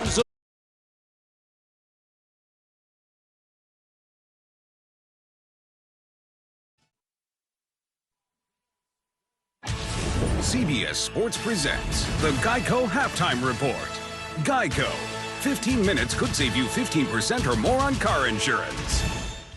All right, hello, everyone, and welcome to the Geico Halftime Report. Adam Zucker alongside three-time SEC Coach of the Year, Houston Nutt, and Brian Jones. Score in College Station, Auburn on top of A&M. 14-3, A&M missing 2 field goals and trying to watch everything that Auburn does on offense. Yeah, you have to do that. You know Gus Malzahn, he likes to come up with these quirky formations, and one way you attack fast-flowing, aggressive defenses, get them going one direction, and you go the other. And that's what they did on the initial score with Mr. Anthony Schwartz, your guy, Adam Zucker. Hey, Schwartz been playing with the cast. He gets that cast off. You get the end around here, and this guy has enough speed to outrun angles. Coach, that's fast all over this world. Here's one of those quirky formations. You get John Samuel Shanker, who's the tight end, lined up in the tackle position, unbalanced, and he scores, Coach. Remember, we talked about special teams before the game. Well, how about this one? Christian Tutt does a great job with the special team blockers, his teammates, without clipping, hitting anybody in the back. This is how you change the field and set up. And don't forget, this defense of Auburn is fast. They've been doing a great job. Kevin Steele's group is running to the football. And we talked about all the noise, but A&M quiets the noise. That's how you quiet the noise. Every time Auburn gets there, it gets quieter, it seems. All right, let's get you caught up on other action involving SEC teams, starting with number 2 Alabama hosting Southern Miss, and it is Tua time once again here, Coach. Tua Tagovailoa, guys. 5 touchdown passes. I mean, he's got so many receivers to go to. Let's see. We got Henry Ruggs III. We got Dante Smith, Waddle. We can just keep going on and on, but I tell you, he is so accurate right now in the deep ball. He is just right on the money. Right on the money. 49-7 the final as Tua throws 5 touchdown passes in consecutive weeks. We'll have him against Ole Miss here on CBS next week. 5 touchdown passes. That ain't nothing. How about 6 from Joe Burrow? That's right. Welcome to Nash Vegas. Burrow takes that show on the road. He shows out. Second time in school history, back-to-back 60-point games for LSU. First time since 1930. They had 3 straight way back then. Who knew they was chunking a rock How about in that? the 30s? 4 of those touchdown passes to Jamar Chase, who had 229 yards receiving on just 10 catches, and LSU looking every bit a national title contender. How about we go to the Swamp? Kyle Trask, first start since his freshman year of high school, in for the injured Felipe Franks, rescued them on the road at Kentucky, no problem against Tennessee Excellent today. job right here, play action, perfect ball, perfect trajectory. He's getting better, gaining confidence. Well, Tennessee's a rough day right here. Yeah, and it's going to get rougher because they got Georgia in their next game to start October off. All right, meanwhile, this one's getting interesting. Ooh. Photo finish for Ole Miss down late to Cal here. Third down, Ole Miss backup quarterback John Reese Plumlee hits Elijah Moore at the 1-yard line. Did he get in? The ref says no. Look at Ole Miss. They're just piddling around. Justin Wilcox, head coach of Cal, said, hey, get ready. Run the clock. Okay, Ole Miss back at the line of scrimmage. Plumlee, quarterback sleep on 4th down, doesn't get in. And as a result of the ball being snapped on the 4th down, the possibility of a review was nullified. Cal wins. And it looked like they took a look at that 4th down play as well, but Cal gets the win. They're 4-0. Ole Miss loses a heartbreaker, and this just in, a tweet from Ole Miss interim AD Keith Carter saying, many fans have contacted me about the officiating at the end of our game. It was a Pac-12 officiating crew. Extremely disappointed with the officiating at the end of the game, expecting a full explanation from the Pac-12 regarding the call, the subsequent non-review of that 3rd down play where it looked like Moore might have caught it in the end zone. We feel strongly that the play should have been reviewed by the Pac-12 officials in the review booth, even if the play didn't result in a touchdown. And so we'll see what comes of that one. All right, other SEC teams in action, including Kentucky and Mississippi State, 2 teams coming off a loss, and Miss State seems to be bouncing back a lot better. The Bulldogs are on top here, 21-3.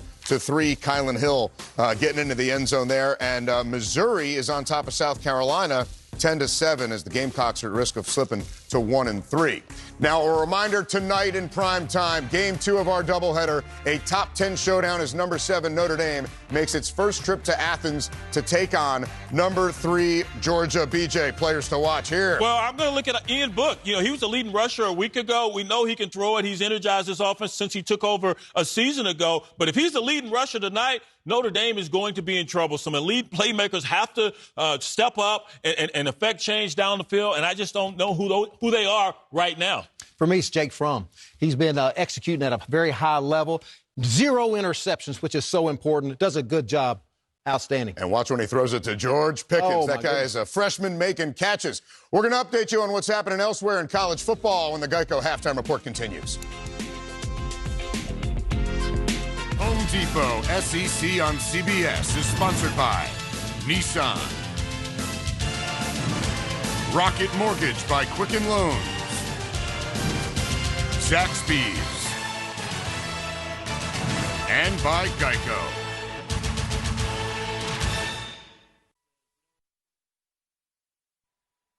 Would you rescue me? Would you get my back? Would you take my car when I start to crack? Would you rescue me? Would you rescue me when I'm by myself? When I need your love, if I need your help, would you rescue me? Would you rescue me?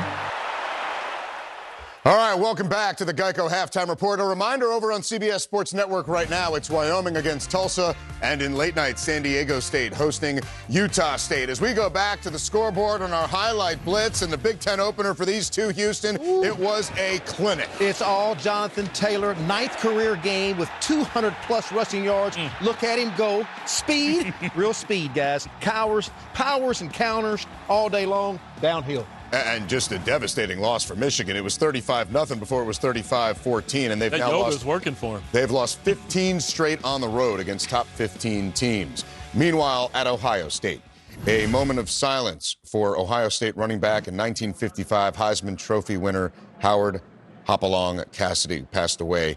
Meanwhile, on the field against Miami, Ohio, another big day for the Georgia transfer, Justin Fields. BJ. Yeah, pass TD and a rush TD in every game this season. 6 total TDs on the day, 49 unanswered for the Buckeyes. Yeah, Miami scored the first 5.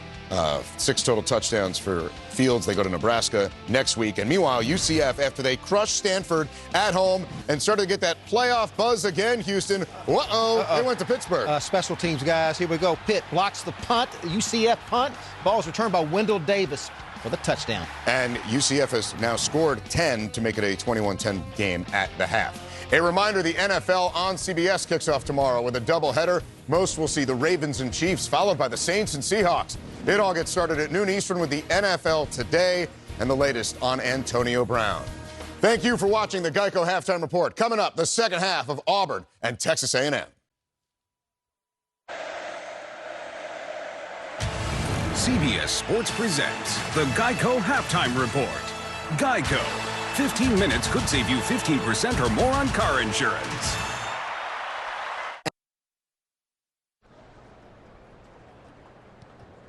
Halftime in College Station, 14-3. Auburn leading Texas A&M.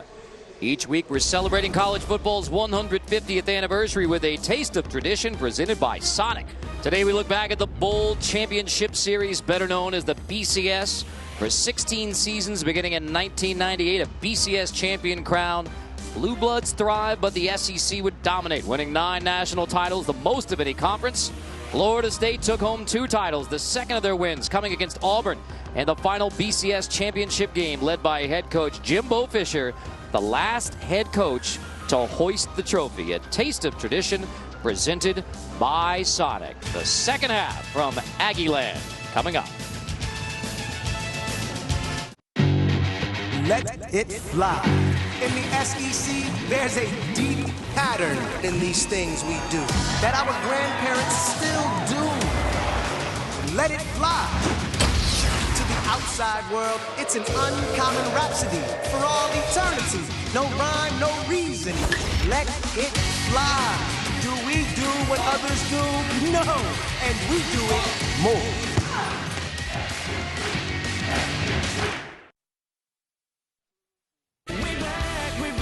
We back in the saddle, back on stage, making the whole place rattle. Back with the A-team, train on the track. But you won't never song we back. Thought we were gone, but you won't never song we back.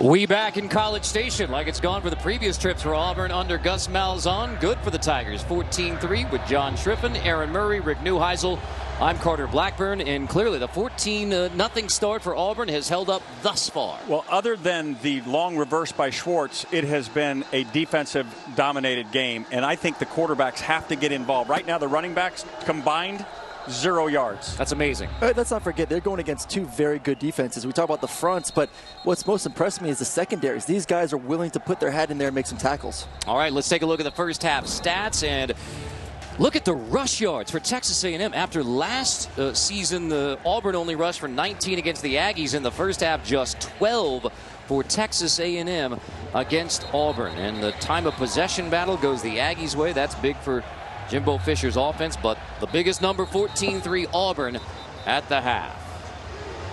With our producer, Scott Brandwine, our director, Mark Grant, the rest of our hardworking crew here from Kyle Field. Yeah, now the Aggies are just coming out now, and so Gus Malzahn is arguing for a penalty against the Aggies late coming out of halftime. You wonder if there were some IVs or things taken inside to try to get some fluids, given the humidity of the day. All right, so 0's on the clock, and the Aggies just now getting set, and Gus Malzahn's not going to win that argument, although you can see why he was arguing. He has every right to argue. That's right.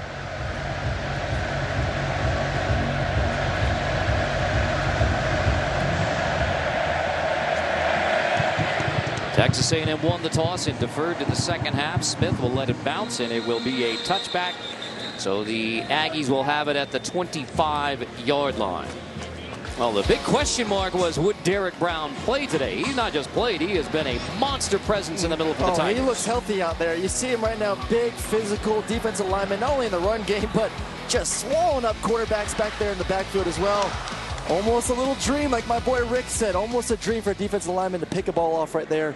He's been tremendous and been instrumental in the not great running start for this Texas A&M offense. You think he has a touchdown dance in mind? I know it's not legal in college football, but do you think he has one? You could do whatever you want on the sideline, though. I'm not sure how often that's pointed out, but Mond turns around and hands off. Isaiah Spiller slips free across the 30-yard line. Spiller lost the football, scooped up by the Auburn Tigers. Did Thomas get it? Was Spiller down? It is Tiger football on the opening play of the third quarter. Isaiah Spiller came into this game averaging over 8 yards a carry. Recovered by the defense. First down, Auburn. That's a heck of a job by Daniel Thomas right there, punching it out with the right hand before the knee goes down. You'll see right there, ball should be out before that right knee goes down. Great job defensively. I don't think you can turn it. Nope. No, that is absolutely a fumble. What a critical turnover. When we talk about the secondary guys not afraid to make tackles right there. Daniel Thomas not afraid to get a little dirty and punch that ball out. Unbalanced formation here. Owen Popo in there as well. So now Bo Nix complete on 1st and 10, and the Tigers go rolling. J.J. Wilson makes the grab and gets to the 30-yard line. And that's a good feeling for a freshman quarterback. You played well in the first half. You come out second half, and you got the ball in the 38-yard line to start off with a great turnover right there from your defense. And this is what we were talking about, what both offenses need, which is quarterbacks involved in the running game, whether it was RPO, which that clearly was, or keeping it themselves. Whitlow in the backfield gets the handoff on 2nd and 3. He slips to near the 20-yard line. First down, Auburn. By the way, that makes it 9 straight games the Aggies have turned it over. The Aggies look a little in shock. First play, they turn it over. The defense looks like they weren't ready to be out there. They were late getting back out here for the second half. They have better get sturdy here, or this is going to get one-sided. Well, they need to make sure, too, a field goal is critical here to keep this a 2-possession game. That is the 7th turnover of the year, although they have not allowed a touchdown off of a turnover. Pryor makes the stop there on Whitlow.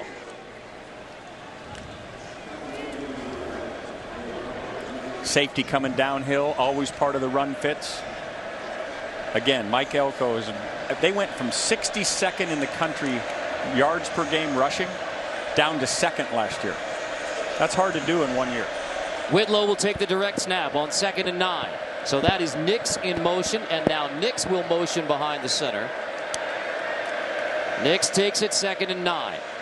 And now completes to the edge. That's Schwartz who has it. He has a first down. Schwartz is wrestled out of bounds. First and goal, Auburn. It's a good feeling to have Schwartz back, minus the cast.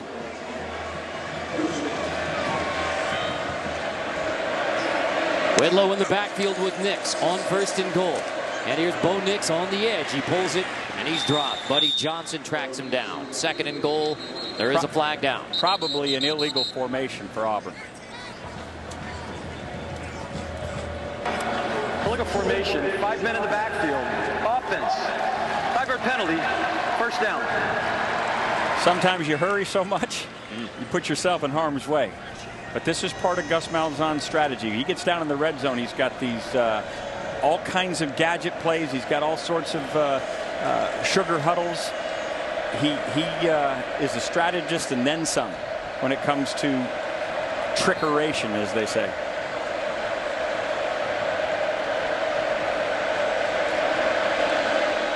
Miller.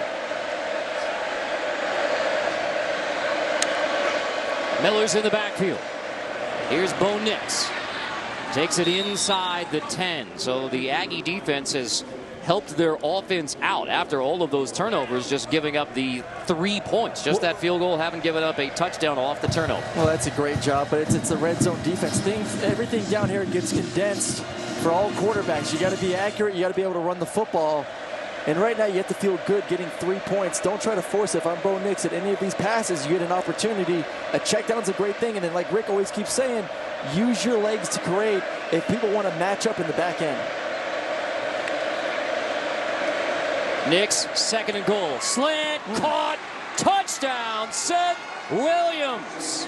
Great call by Gus Malzahn. I was about to say they're going to throw on second down rather than wait for that exotic pressure that Mike Elko has stored up for third down. They take advantage of the turnover. An unbelievable job by this Auburn offense to come out of the second half with this touchdown. This puts it as an uphill climb and then some now for the Aggies. So off the Spiller fumble, Auburn turns it into a touchdown. And an Auburn offense that had slowed at the end of the first half comes out with a touchdown not even 3 minutes into the third quarter. Anders Carlson boots it through. So Isaiah Spiller, the true freshman, filling in for the injured Jay-Sean Corbin, puts it on the ground. Auburn picks it up. And it's a touchdown for Seth Williams. He's used to game winners. Well, this one puts him up 21-3.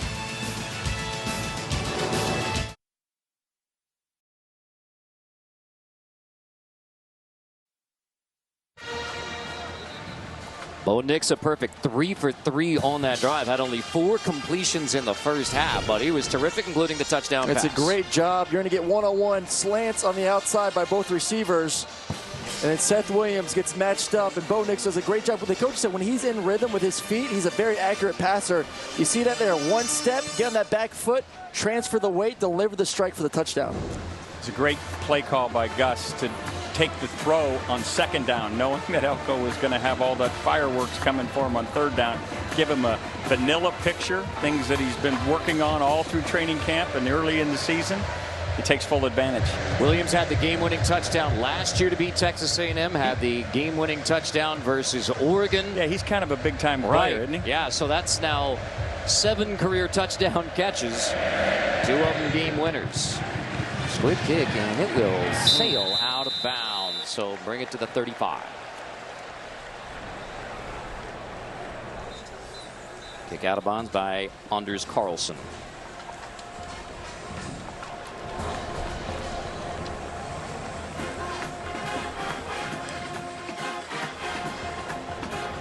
I think we know what the call is. Kickoff out of bounds. Number 26, kicking team. I rolled the ball to be placed at the 35-yard line. First down.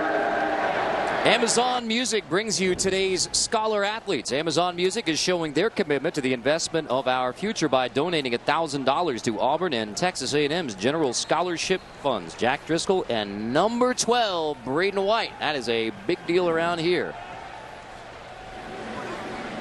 Cullen Gillespie, number 12 the last 3 years. He's now a Texan. Vaughn fakes it. Pressured again. Brown hits it. That could be a fumble. Loose football picked up. Brown wrecks Kellen Mond. Dan Moore gets back on top of the football.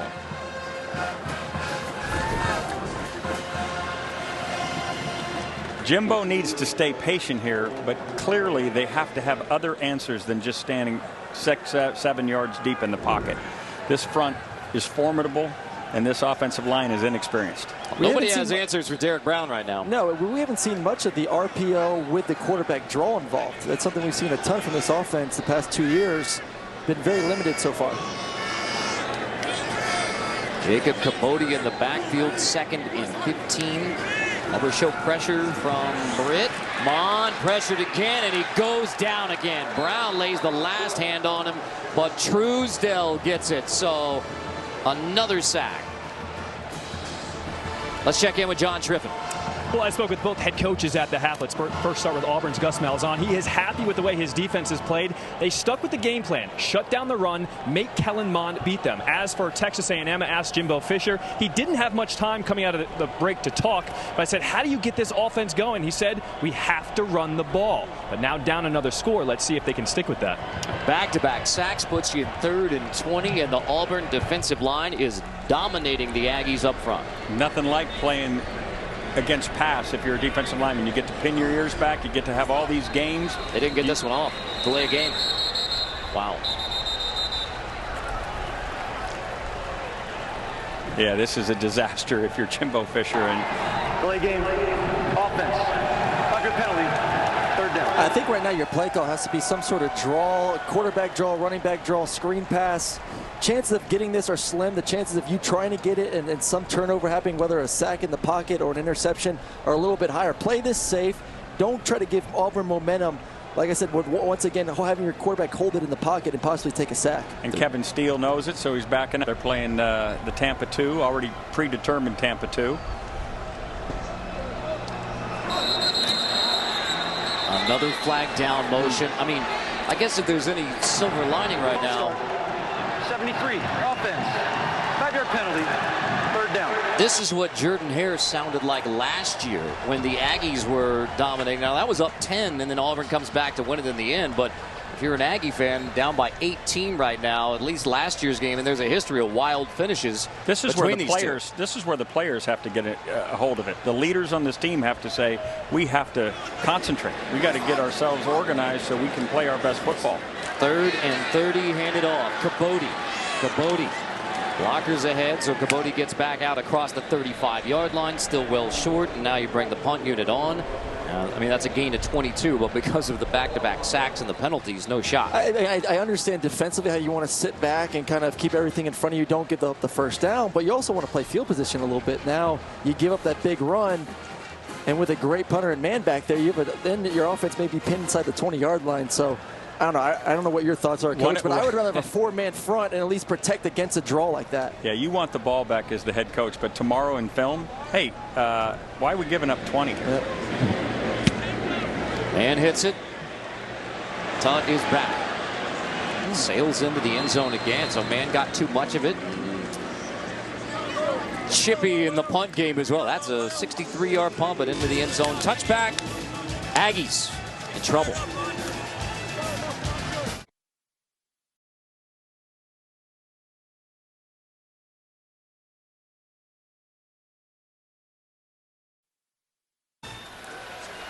The Nix family, Bo, lifelong Tiger. Dad Patrick, Mom Krista, Caleb, Emma Grace, and Sarah, and Bo Nix. I mean, it's not all perfect, but 3 for 3 on the last drive, the one to begin the second half, and he has calmed everything down for the Tigers. I think his use of his legs so far tonight has been tremendous. 100%. Yeah, and then the rhythm. When he's on rhythm, we talked about the touchdown throw, he is very accurate. It's when he gets his eyes down, his feet get choppy, and then the inaccuracy comes out. And if he continues to work on that, accuracy will go up, touchdowns will go up, interceptions will go down. Unbalanced.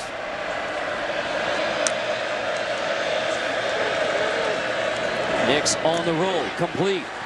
Tackling over fake. Carper comes up to make the stop on J.J. Wilson. It's a nice job by Texas A&M.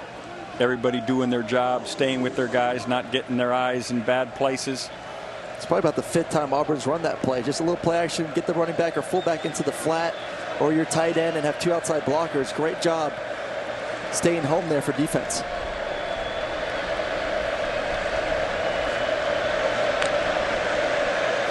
Nix, Joyner on 2nd and 12. Aggies get there again.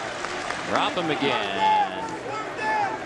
Anthony Hines on the stop, 3rd down. Here's that 3rd down that the Aggies look forward to. But I'll be surprised if Gus, ahead 21-3, puts his quarterback in harm's way here. Well, based on those first 2 play calls right there, it seems like Gus has kind of taken the pedal off the metal a little bit and said, hey, listen, we're up 21-3. Our defense is dominating right now. Let's not lose this game.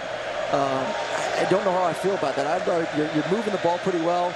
Your quarterback's played a good game so far. I try to keep it down a little bit. On 3rd and 13, Bo Nix steps up, and it is incomplete. Intended for Seth Williams. So the Aggie defense gets a 3 and out. That's the last 3 possessions of the first half were 3 and outs for the Auburn Tigers. 7:58, the Aggies get the football back, down by 18. They were in command last year in this game, and Auburn came back and scored the last 14. It just seems like they need a spark right here. A punt return, get some good yards, get to the plus 50-yard line, something that kind of gets some excitement for this team. You look at it on the sideline, guys are walking around, no energy. A lot of ball game left to play. So Boss hits it inside his own 10. Paul signals for the fair catch and makes the grab at the 37-yard line. Can Kellen Mond rally the Aggies down 21-3?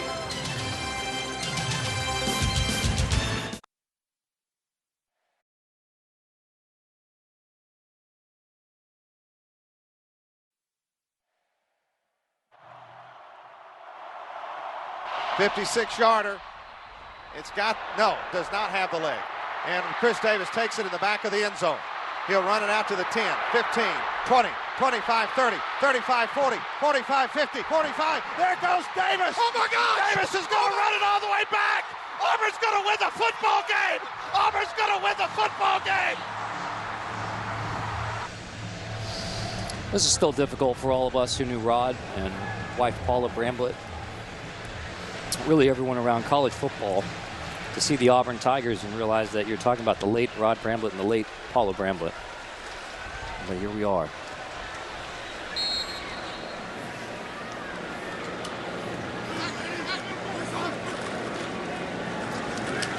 Mond's going to keep it on 1st and 10. And Andy Burcham and Stan White now is part of the Auburn Sports Network, and it is it's tough to lose a tremendous voice and a tremendous man and his wife. And you can see very prominently RB for the late Rod Bramblett in the Auburn Sports Network radio booth. Our condolences to everyone in the family and everyone around Auburn athletics, everyone in the SEC. And this is dearly. Mond on 2nd and 9. Here's Beal. Let's check in with John. Well, guys, this is a big season for Texas A&M quarterback Kellen Mond. The coaching staff told us he has stepped up and become a vocal leader on this team. And when his team went off on the sideline after that last drive, he went up to every single one of his offensive linemen, gave them a pound, and he said, come on, guys, one play at a time. I got you. Let's do this. All right, time to get it rolling for the Ags. They got to have some 3rd down conversions. They started the game with some. Right. Got to get back to those. We remember there were some inside routes, some dig routes that found some success. He's got to have time, though. That man-to-man coverage, someone needs to win right here.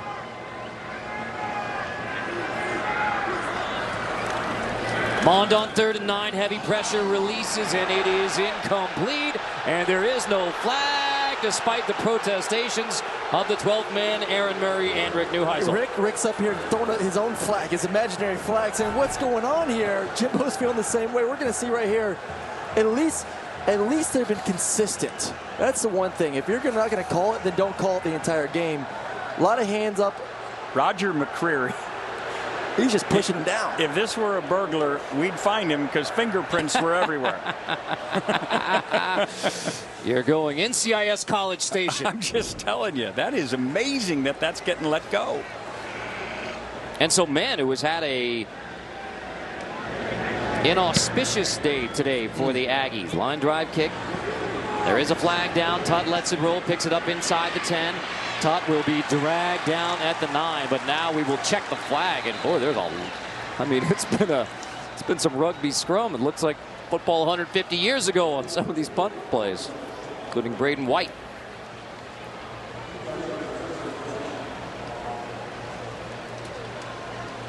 And now John McCade and his crew huddle.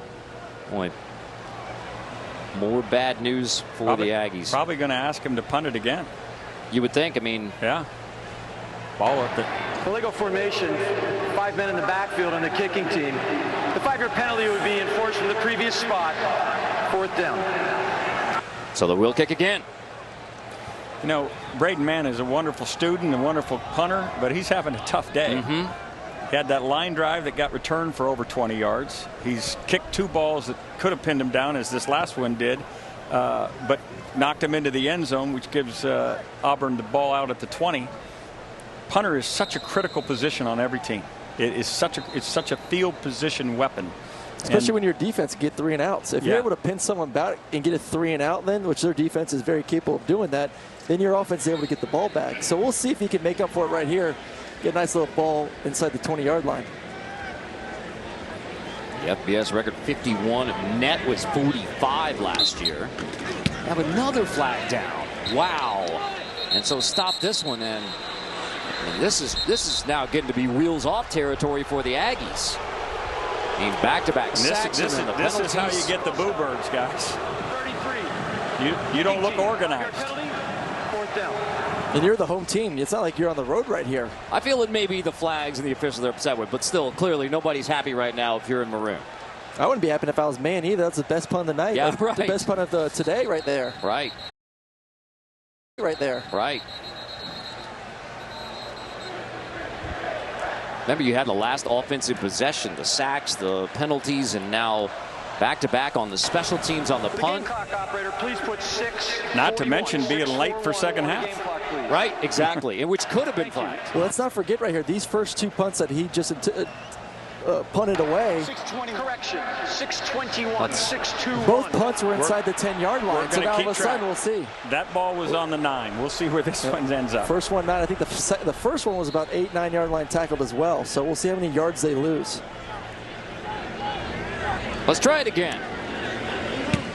Man hits it from inside the 20. Tutt backed up. Good punt. I mean, my goodness. Now Tutt backs up inside the 5. However, a couple of blocks, and he takes it across the 20. He's across the 25 before the Aggies wrestle him down. And so the punt unit for the Aggies gives up another return for Christian Tutt. Ends up being 18 yards of field position. That's right.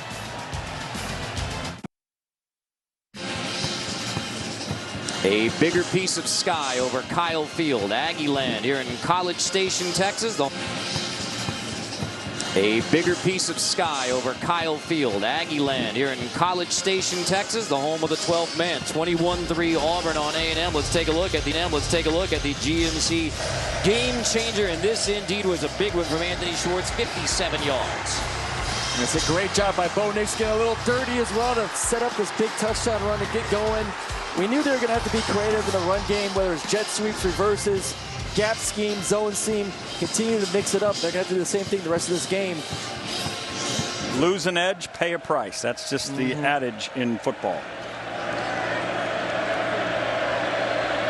3 and out last time the Tigers had it. After another return from Tutt. 1st and 10 from the 26. Miller's in the backfield, fake it.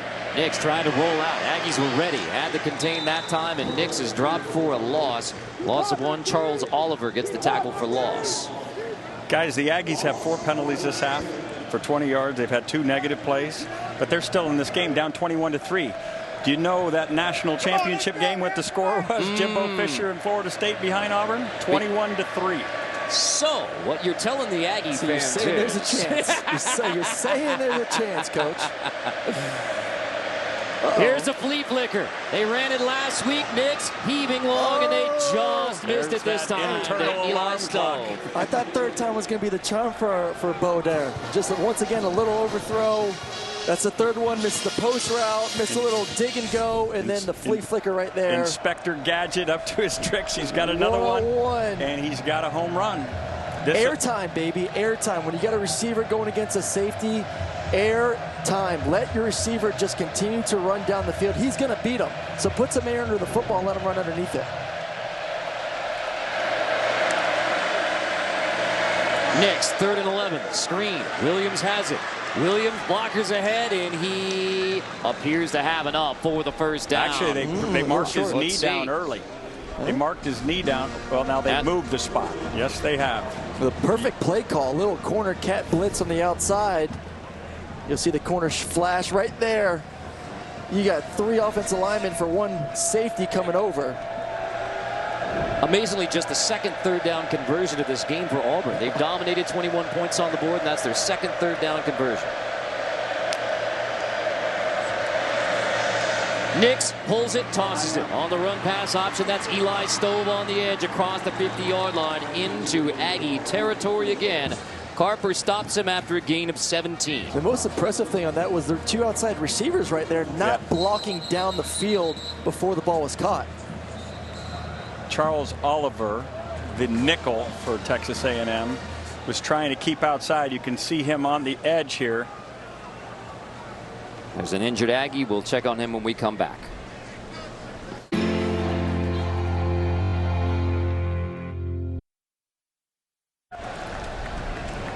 Tonight, 10:30 Eastern, don't miss a Mountain West showdown on CBS Sports Network as the Utah State Aggies battle the San Diego State Aztecs on the 24-hour home of CBS Sports. Auburn 21-3. Keldrick Carper back on the Aggie sideline, was able to walk off his own power. Whitlow O'Neal replaces Keldrick Carper. Well, Patrick Nix has been floating all around Kyle Field today, but tough matchup last night as Pinson Valley lost to number 5 Oxford. Top 5 matchup, 34-33 on a tip touchdown in the 4th quarter. So that's a lot of travel. Let me say what he looks like right there as a quarterback dad. You notice those things in his ears? So he doesn't listen to all the noise around him. He's listening to a radio broadcast. Well, how about what he say? Hey, Coach Dye said, don't read the paper, don't listen to the radio. And that's our advice for Bo. Now, in the era of social media, I love you're going back to Coach Dye's advice about don't pick up the paper. Oh, you can't pick up. That's for all message for all young football players. Don't read the clippings, good or bad. Just stay away. I love Texas A&M. They said a bunch of their guys this season are off social media. All fall camp, Texas A&M, no social media. Here comes Gatewood and company. Another play in his package. Possible 3rd down and 4. territory. Probably not, given a 21-3 lead. You don't want to give up field position. So this is going to be a big down right here for the Aggies to see if they can get this ball back. So Bo Nix right now, receiver on the near side. Lots of motion on the line, couple of flags. Who moved? We'll find out. And probably go back to Bo Nix now, given the longer distance. False start, the right side of the offensive line. 5-yard penalty, 3rd down. Sums it up. Yeah, all those guys.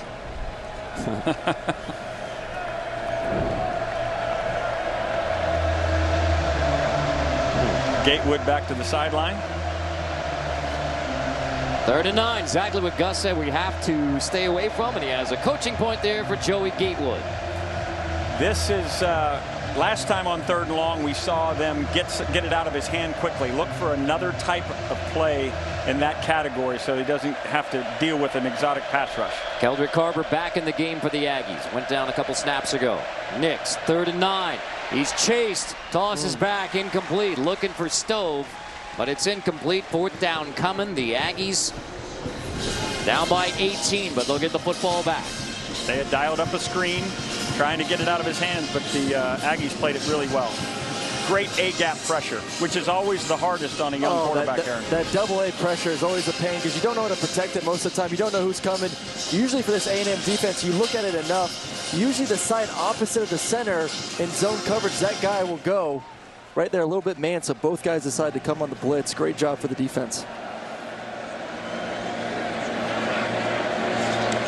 Flag down. Sebas hits it on the 45. Paul, fair catch. had more flags on punts in the second half. Well, everybody's got these exotic formations. I think this is going to be another formation issue. What happened to the ever just line up and punt the football, coach? You know, all these rugby-style stuff. Looks like John McDane's tired of explaining all these as well. He's probably saying they know. They know. They know by now.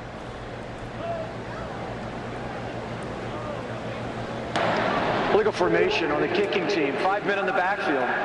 The 5-yard penalty will be enforced from the end of the return. First down. That's a 21-3 Auburn on Texas A&M here in College Station. Let's check in with Adam in New York. Adam, Mililani High School representing for UCF, and that was a Pitt played for the ACC Championship. UCF beat them last year. The line between Group of 5 and Power 5 is blurring as we speak. It's a power program, right? It's a power program. They deserve the credit for how they played on the field. It's been outstanding.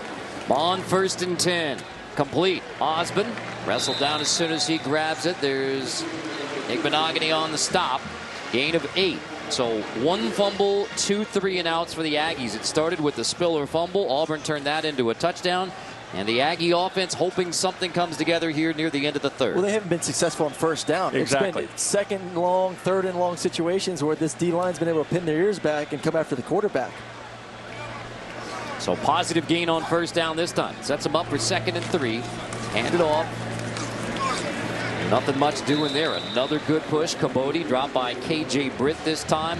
3rd down for Texas A&M. But probably the best 3rd down situation they've been in a while. You know, previously, it's been 3rd and long, exotic blitzes from the Auburn team, a lot of stuff off the slot. And right now, that's what's been getting this offense. The nickel blitz. Kellen Mond, who has free reign over the protection, has not been sliding his offensive line out there to pick it up. In the first half, their running backs had 8 carries for -7 yards. Kellen Mond has to be part of this running game if Jimbo wants to keep running the football. Aggies started 2 for 2 on 3rd down. Since just 2 for 10. Play clock winding down. Mond gets it off. On 3rd down over the middle. Caught. They convert. Courtney Davis makes the grab. Moving the chains, get it to the 35. That is unbelievable. A lot of tugging. How much hands are on this guy? Watch him. Look at him. He's holding on. He's tackling him before the ball's even touching his hands. Let him play. Yep. Yeah, Davis hauls it in. So first time they picked up a first down in 3 possessions. Osborne makes the grab. Another great positive first down catch. Much easier to call plays at 2nd and 3, guys, than 2nd and 10. Well, nice easy throws. You see the ball getting out of Kellen's hands fast. You're going to spread him out defensively. Easy reads, 1, 2, 3, quick hitch, and get the ball out before the defensive line has a chance to get after you. Kevin Steele ahead 21-3, trying not to give up a big play, but he's going to get a little frustrated with all these easy things. You see when he starts to pin some ears back. Well, look at the tight coverage now, man to man. He wants these guys pressed up a little more.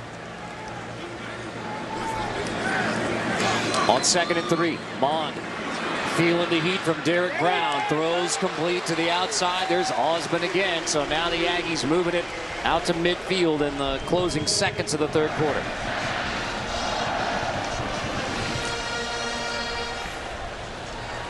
Brown's out of the game for now for the Tigers. Noah Igbenogany is saying, hey, he's pushing me. They are letting him play. Osborne using his hands to get open.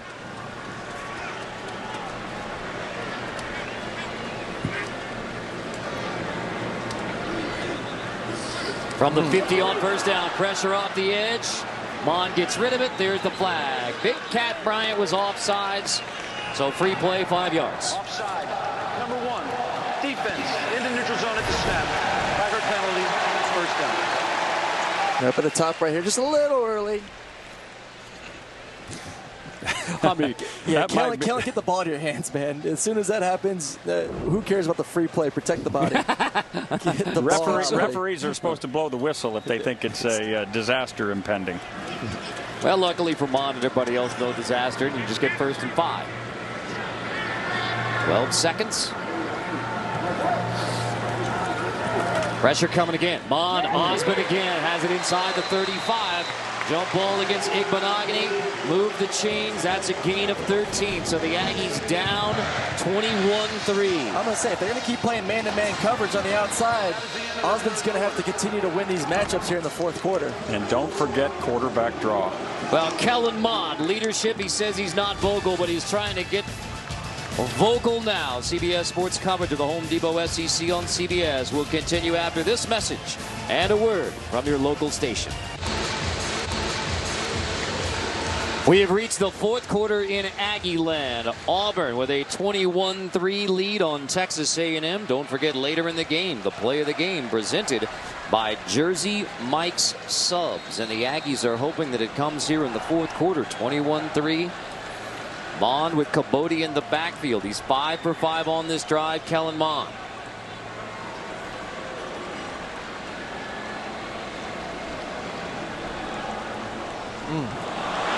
Mond pressured, flag down. Mond will scramble out of bounds. You presume offsides on Auburn. Big Cat a little quick again. And KJ Britt lays a lick on Mond this time. So on defense. In the neutral zone of the snap. Tiger penalty. First down. third offside on Big Cat.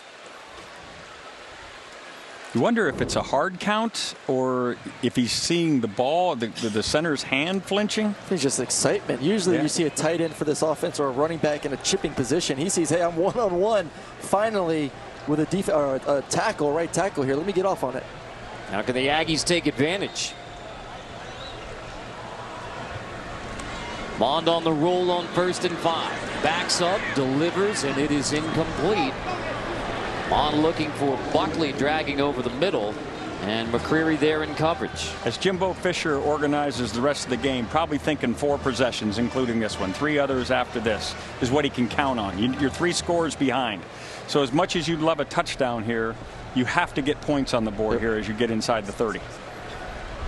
21-6 makes it a 15-point game. You're going to need a 2-point conversion, but you keep it within 2 possessions. Now you factor in Seth Small, the kicker, has missed from 48 exactly and from 52. So 1 for 3 field goals so far today for your kicker, but Mond in the offense would like to make that obsolete. Mond looking for Davis. He's got him inside the 10, slips away and into the end zone. Touchdown, Aggies.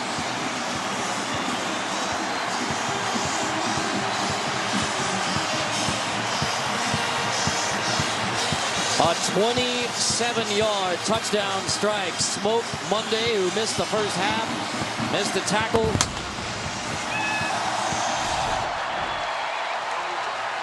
So a little corner route here. Great job, one-on-one, give a little inside move. Great accurate throw. 6 of 7 on the drive for Kellen Mond right there with the touchdown.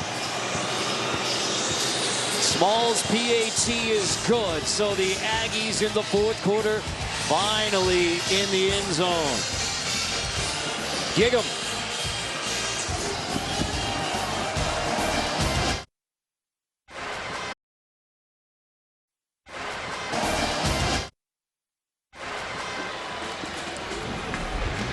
Time now for our ExxonMobil game recap. 21-10 now in the fourth quarter. It was a hot start for the Auburn Tigers. Schwartz on the 57-yard rushing TD to open up the game. It was a 14-0 start. And this one for the Tigers, longest rush of the year for Auburn. And then Gatewood, first career TD pass, goes to John Samuel Schenker. 2 missed field goals, both from long range for Seth Small. That's factored in for the Aggie offense. Bo Nix, the biggest number there is 0 INTs. True freshman, first SEC game. And then the Aggies finally reach the end zone as Kellen Mond finds Courtney Davis.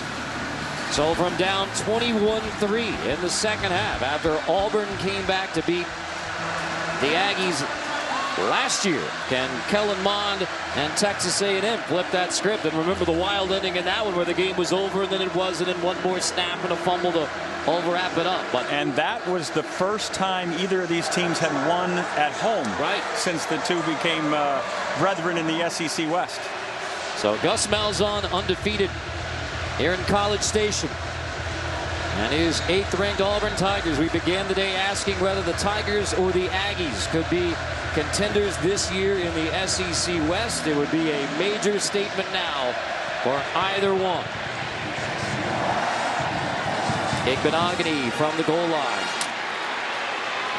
Igbenogany across the 25. Igbenogany. There's Mann who makes the stop. Braden Mann comes up after 31 yards. Don't forget, later in the game, the play of the game presented by Jersey Mike's Subs. Well, the Aggie fans, the 12th man, hoping for a comeback. And Bo Nix would like to quiet them again. Gus Malzahn's got to decide, am I going to stay aggressive here? He was careful, as he should have been, given the 21-3 lead. Probably opens a little bit more playbook here as he feels this crowd get back into the game. Look, a little wildcat. Oh, Bo's coming back in there. I think Bo's earned a lot of trust in these first 3 games from Coach Malzahn. Here's that unbalanced again. 1 second, they barely get it off. Whitlow has the edge. Whitlow turns the corner at the 35. Out of bounds after a gain of 9, maybe 10. And Buddy Johnson shoves him out. But Whitlow lines up for the snap, ends up at running back. Gets 9 here, 2nd and short. Gus is so good at creating an opportunity to capture the edge. We saw it with the reverse early in the game with Schwartz. Here again.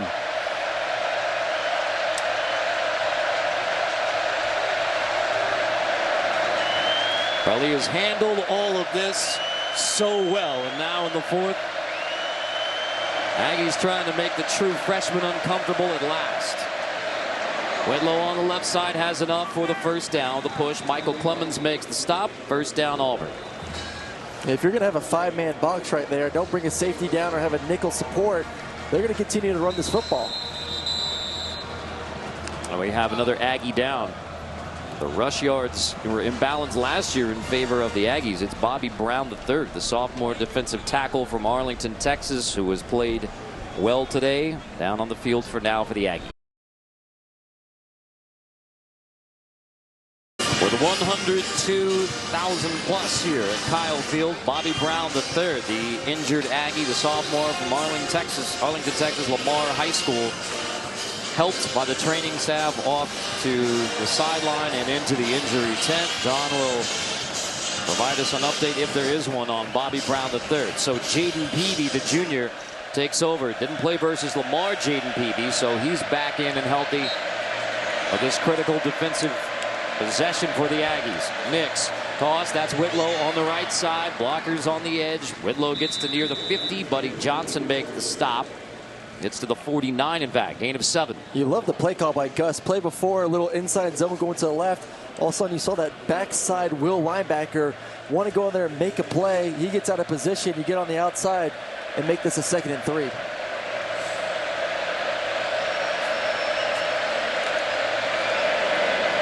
Nix hands off again. Whitlow, patient runner, spins across the 45. First down, Auburn. Jatavius Whitlow from Lafayette, Alabama. Richardson on the stop. Carter, you hit the nail on the head. That was just patient running. Right? Le'Veon Bell type, just waiting, sorting your way through. Almost looks like a skier on a mogul field. Beautifully done. And that's what they've been working with him, just being patient. Let these power plays and trap plays, let your blockers get out in front. Let them create, and then when the hole hits, boom, you take it from there.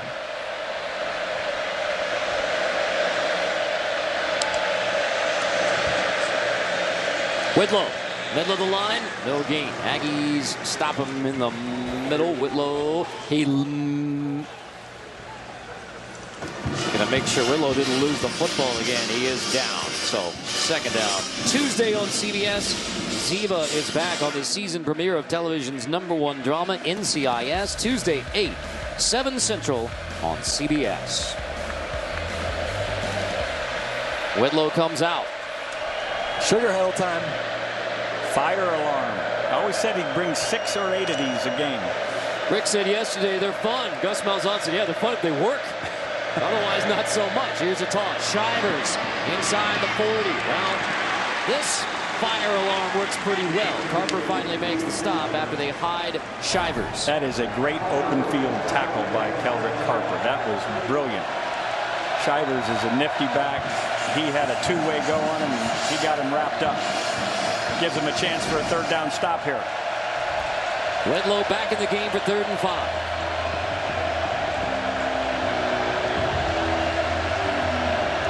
Twelfth man doing its best to say howdy to Bo Nix.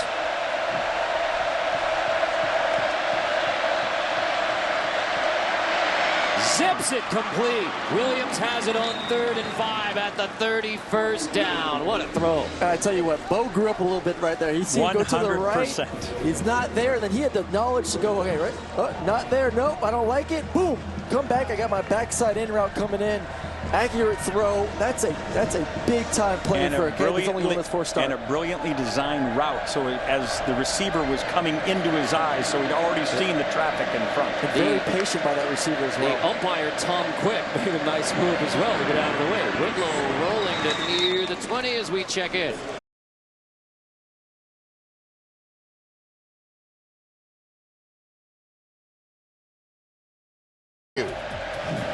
Oh, Adam Ronell rolling. Right now the Auburn Tiger offense is rolling. Bo Nix hands off. Oh, keeps it rather. Yep. Fake the give to Whitlow, and then Nix kept it, and he gets just enough for the 1st down inside the 20. Carter, that ball was snapped with 10 seconds on the 40-second clock. And I know they're up tempo and they want to stay in rhythm and keep the pressure on this Aggie defense. But as you're counting possessions, in particular, if they were to score here, you would like to take this clock down inside of 5. And why on this drive? 8 rushes, 1 pass, and now you got the 10th play of the drive. Auburn in the red zone. Whitlow back there with Nix. Nix keeps it again on 1st and 10, pulls it, makes the right decision, and dives, looking like he did on 4th down against Oregon, diving. And so Papa's happy. Daddy's loving it right now. It's a great job pulling it and then getting north. So many young guys want to extend the play, think they're fast enough to circle the defense. Trust me, you're not. Get north, get down. Great job by him. 12 seconds on that clock as they snapped it. The whole Nix family here to support Bo. Whitlow takes it on 2nd and 2, and it'll be 1st and goal as Whitlow gets enough. Move the chains and another opportunity, snap it a couple times, and bleed some more clock. You know, Auburn started off with that 57-yard rush, so already on the touchdown after 19 yards last year against the Aggies, 178. Joey Gatewood's going to come into the game now. Nix back to the sideline, at least for a snap. Gatewood 1st and goal. The Gatewood package. We've seen it throw a touchdown pass. We know he can run. He scored a touchdown against Oregon. Gatewood, they didn't get it off. Delay of game. Got a timeout called. Got the timeout called. And clearly he is upset with Matthew Hill, the redshirt freshman. So timeout prior to the penalty. 1st and goal. Auburn. Okay, well, this will. Clearly, Matthew Hill, he's a freshman. I think we understand there was something wrong there, right? Late to the party. Late to the party. Second time Gatewood's been in the game where miscommunication. One was a full start, and then that one right there having to waste a timeout. So he designs these plays with Gatewood in mind, and then you don't get to run them. So now it's Bo Nix back in, empty backfield. Now they'll motion Whitlow back in behind Nix. Whitlow will take it. Whitlow breaks a tackle, pushing inside the 5. Touchdown, Auburn. Jatarvius Whitlow. That is a fantastic drive to answer the A&M touchdown. A fantastic drive. It's a great side. You see the right guard and right tackle right there doing a great job kicking out on the pulling. And then Booby just using his muscles to get through there. Great job. Hey, I'm with you on that one, Rick. Great response right there. Great job by Bo Nix using his arms, using his legs to get them down there inside the 10-yard line to be able to push it in.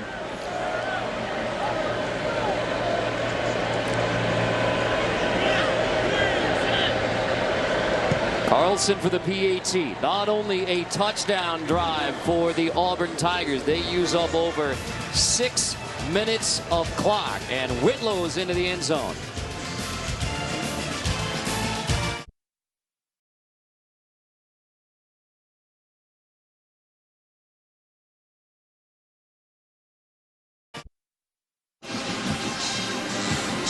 6 minutes and 1 second on the drive. Time-wise, that's the longest drive of Auburn's season, and what a way. And Whitlow carries the load with a touchdown. 28-10. Thursday on CBS, a new comedy about love, life, and friendship. Don't miss The Unicorn. Premieres Thursday after Young Sheldon on CBS.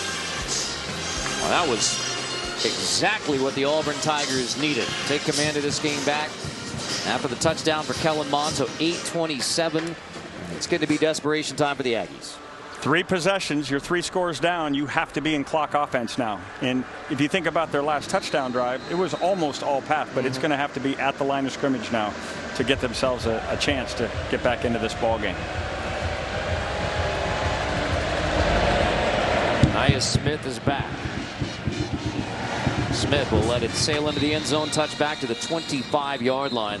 Last drive for Kellen Mond. He was just about perfect, 6 for 7. I thought it was great. Nice, easy throws, a lot of dump routes, easy 10-yard out, great back shoulder fade, and then the corner route for the touchdown. Great catch, elude the tackler, one-on-one.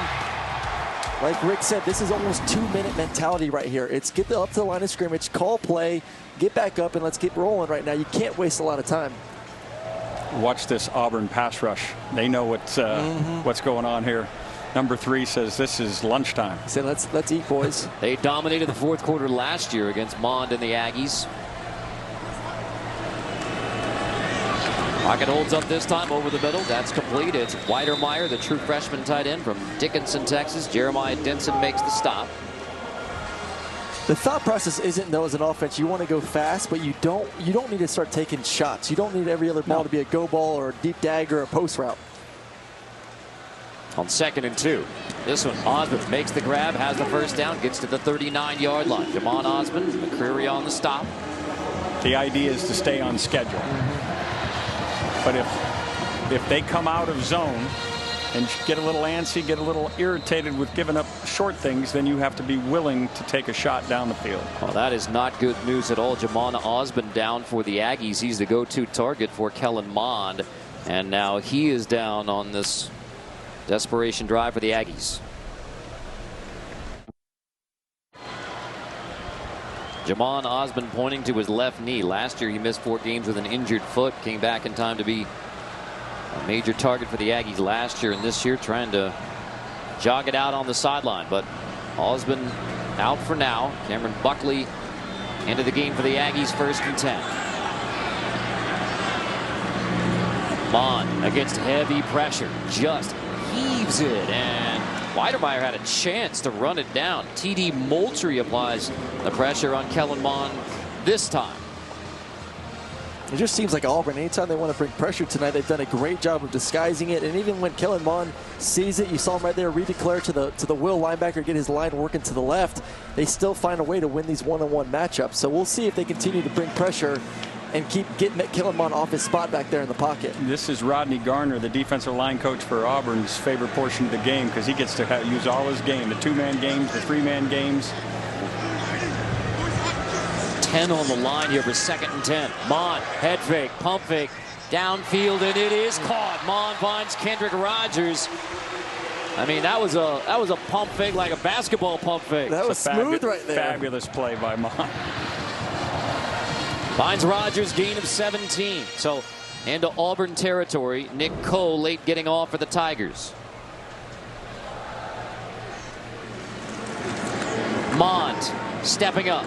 Davis makes a great grab inside the 35. Courtney Davis stretches out to make a play for his QB, gain of 12. That's a great job moving in the pocket, stepping up, but keeping your eyes down the field. Oh, catching the back tip of the football right there. A little scary for a quarterback when he sees that, but great catch, and they're on schedule right now, Coach. Absolutely. Jimbo's thinking, let's try to score by 5.5 to 6 minutes. Mond, the sideline, flag down. Hey, the biggest smile on Coach's face right now when he saw that flag come out. Pass interference. Number 4, defense. Henry placed the ball spot of the foul with automatic first down. Spot foul because it's less than 15 yards. That's a pretty good shove right there on Buckley. Me? Now remember, a field goal is okay on this drive. I mean, you'd love a touchdown, but you have to get points. You have to get points as you sit here down 18.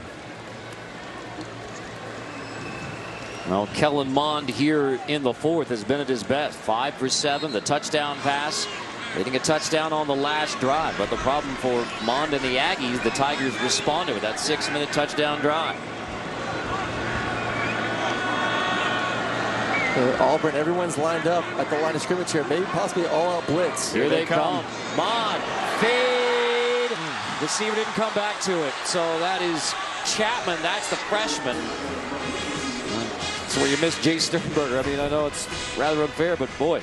He actually had Spiller leaking out there, wide open up the middle of the field. But as a quarterback, you're taught just retreat a little bit, put some air under the football. DBs aren't looking. See if you can give your guy a chance to make a play on it. That's where you would have liked the quarterback to signal just a fade rather than a double move, a post corner, because you don't have time for a post corner. Yep. Well, Auburn, who's been getting pressure all day, now coming from all angles here in the fourth with an 18-point lead. Spiller at the top of the screen, empty backfield. Get the snap off on 2nd and 10. Mond caught. Buckley.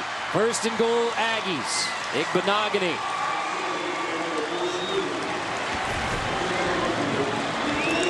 Great back shoulder right there. Beautiful. Just one-on-one inside fade. Great job by Buckley getting his head around, make the catch, getting a little toe tap in there. All passes on this drive. So now 1st and goal. Spiller with Mond. Spiller takes it. Spiller stood up just short. Brown in there along with Tyrone Truesdell, 2nd and goal. Obviously you want to score, but you also have to conserve time. As this clock continues to tick, you need 2 more scores after this one. Running the ball against that stout defense is uphill and then some. Rolling to 6 minutes. Remember, Auburn's last touchdown drive took 6 minutes.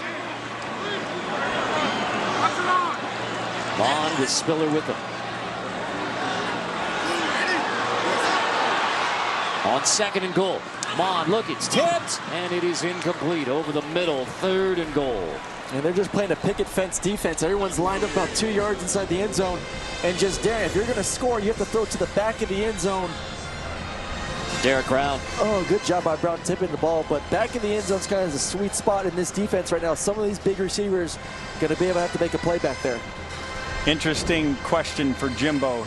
Should they not score here? Does he go for it on 4th down, knowing 3 scores are necessary? Do you kick the field goal? I think he kicked the field goal. Yep. You got to keep hope alive. Baldry is the H-back.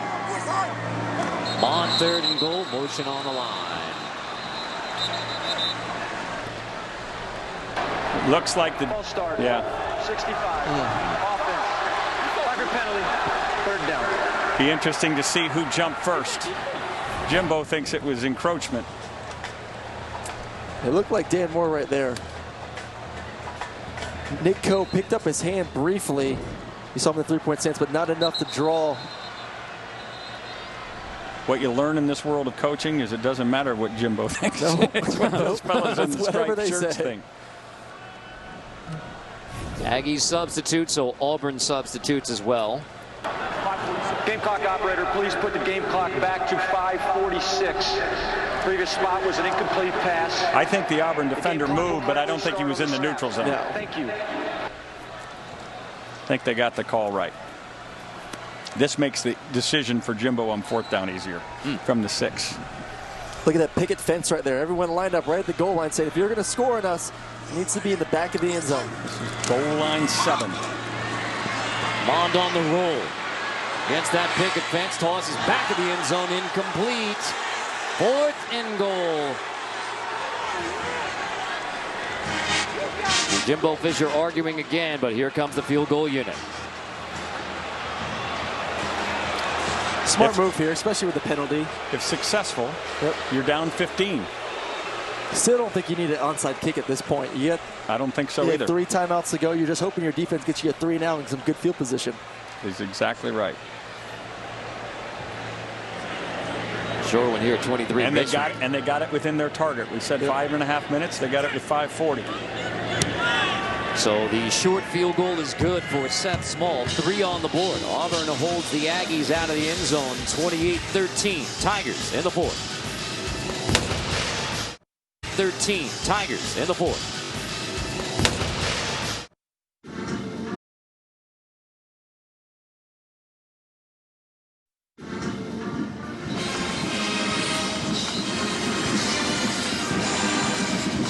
Back in Aggie land here in the fourth quarter. Coming up after our game, Adam Houston and BJ will have scores and highlights and a preview of Notre Dame, Georgia on the College Football Postgame Show presented by Rocket Mortgage. Carter Blackburn, Rick Neuheisel, Aaron Murray, John Schriffen. Here at Kyle Field, which is uncharacteristically quiet here in the fourth quarter in an SEC matchup that was expected to go down to the wire, but time's starting to run out for Jimbo Fisher and the Aggies. 5:36, and that tells the whole story. Auburn on the ground, dominant over the Aggies today. And a year ago, it was just the opposite. Right. It was over 202 yards for the Aggies and only 19 for Auburn, as they stole one from the Aggies late in Auburn, Alabama. Auburn in the red zone has been terrific. The Aggies don't have a touchdown in the red zone. Braden Mann's kickoff will hang on the goal and now finally trickle in. Benogany was back, just going to let it roll into the end zone. Touchback. Tonight, the SEC on CBS under the lights for a primetime matchup that will shape the landscape of this year's college football season. 7th ranked Fighting Irish against number 3 Georgia here on CBS. I'm sorry to say this, Rick, but the Pac-12 right now is not looking too hot. And if Notre Dame loses tonight, gives SEC an opportunity once again to get 2 teams in. Just playing it. So Pac-12 over here. I was trying to figure out how you were getting Notre Dame, Georgia around to the Pac-12. I mean, USC. Just say more SEC teams in the playoffs. It's opening up to look like it. Clay Helton's USC team played hard last night. Those receivers are legit. Whitlow, but to your point, I mean, it's going to be hard to find a way for a Pac-12 team into the college football playoff at this point with Utah's loss. But here's the reminder. It is September. I mean, you want to go ahead and fill it out right now. And it's fun to talk about. That's the fun of it. But the Auburn Tigers would like to have something to say about that. The SEC West, we talked about how if they came in with a true freshman and played extremely well today against number 17 Texas A&M in this environment, it would be a big statement about Auburn being ready to contend in the SEC West. They have looked the part thus far. 2 of the biggest wins this season so far, Auburn, Oregon, and then if Auburn finds a way to finish this game right now, Auburn over A&M. That's 2 ranked teams for a freshman quarterback. And if Bo Nix completes those 3 shot opportunities that he overthrew today, because his alarm clock was going a little quick, they're going to be lethal. First charge time out of the half. Timeout, Aggies. We step aside. 4:46 left in the fourth quarter. It is getting dark for the Aggies, but you see a recipe for Texas A&M. Well, they have to get a stop here, and I do not think that anything dangerous will be done offensively here. They're lining up here and empty to try to get a tell as to what the defense will be. They'll bring that running back in, maybe a screen, maybe a draw, maybe Bo Nix keeping the ball, but I do not see them throwing it here. Nix hands off to Whitlow. He is dropped, and there's the second timeout. Jimbo Fisher after Tyree Johnson makes the stop. So we will step aside. Second charge. Still 1 timeout for the Aggies. And with 4:41, they get the 3 and out. Sipos on the punt. Pohl with a chance at a return to set up the Aggies with a short field. The fact that you've used 2 timeouts now, the next marker is 3 minutes. You'd like to score, if you're the Aggies, by the 3-minute mark. All back up. Good punt. Oh, lost it. Loose football scooped up by the Aggies. They somehow managed to run it down after Paul muffs the punt. And with 4:30, somehow it ends up for the Aggies. Fuller ends up grabbing it for Texas A&M after the muff by Paul. They're trying going to make a play right there. They're going to get him in some meetings and say the virtue of fair catches. 4 down territory, fellas. We talk about last drive. Yeah, it's fine throwing some slants and little in routes. Right here, you have to at some point take a couple shots down the field. See if you can win a one-on-one But stay on schedule with the idea that you're going to score somewhere between 2 minutes and 30 and 3 minutes. Knowing a touchdown is the only alternative here. You have to score. Yep. Ends up being a 50-yard punt there from Sipaw's critical punt, setting up field position in Auburn's favor. Mond on 1st and 10. In the pocket, steps up, dropped by Kendrick Rogers. Dropped over the middle at the 30-yard line. And this is what we're going to see from this Auburn defense right now. That 2 Tampa, which is pretty much a glorified 3 deep. You got 2 safeties way off the hash. You got the middle linebacker running through the middle of the field. And they're going to give up. They're going to give up 8, 9, 10-yard plays and continue to milk this clock if you're going to want to try to win this game. 3 sacks, and the Auburn defensive line has put the pressure on Kellen Mond all game.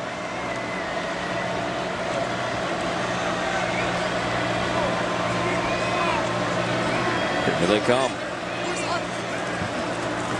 Mond hit as he throws, delivers, goes right back to Rogers, who makes the grab and gets across the 35. He's been waiting for that all week. That's that Sam Sarah blitz off the outside. They're going to play cover 2 behind it. Trap coverage. Yeah, a little trap coverage. Throws right over the cornerback in the hole over there. Great job, great read. He saw it coming. He saw the free safety flying over on the top to get to his half. Christian Tutt lays the lick. Mond incomplete, delivers on the outside again, looking for Rogers again, and Igbenogany and Rogers get tangled up. Play on. Play on is right. It is absolutely hand-to-hand combat out there. Kevin Steele applying pressure, not going to sit back, not going to let this happen. He's going to be responsible for what takes place here. Defensive coordinator for Auburn, staying aggressive. 4:02 at a quiet Kyle Field. Aggies down by 15.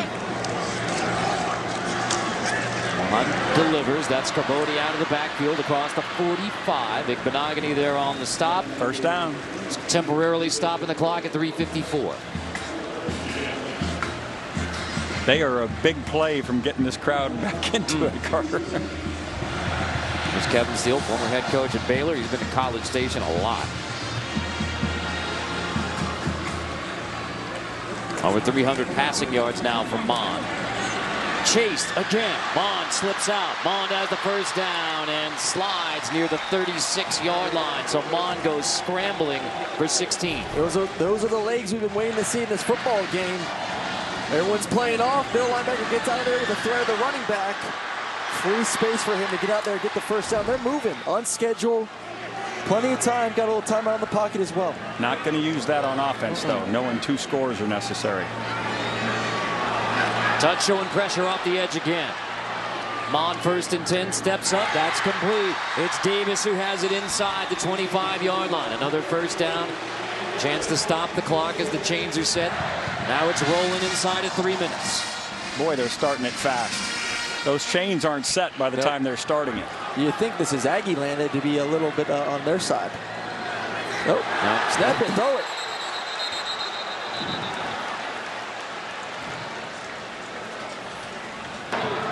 Offside, number 55, the defense. This movement into the neutral zone. They'll start this clock again after they set it, so they need to be ready to go. First down. Oof. 4th offside's called. Ready for play, and now it's Wyndon. 2:45 on 1st and 5. Mond in the pocket, checking, clock rolling. Seconds ticking away. The Aggie fans feel it. So on 1st and 5, Mond, that is called, but it doesn't give you much. I mean, it's called by Rogers, but no chance at the first down. The clock's rolling now. You have the timeout, but Ricky just said you don't use it on offense. So mindful of the last possession as well. Now you're down to almost the necessity of an onside kick. First, you have to get in the end zone. Mond steps up, delivers, end zone caught, touchdown Aggies. Anias Smith has the TD grab for Texas A&M. 2:12. Aggies aren't done yet. That could have easily been a late hit on the quarterback, too. And then Derek Brown is down on the field for Auburn. Derek Brown was the one who delivered the hit. Got him up around the face and neck.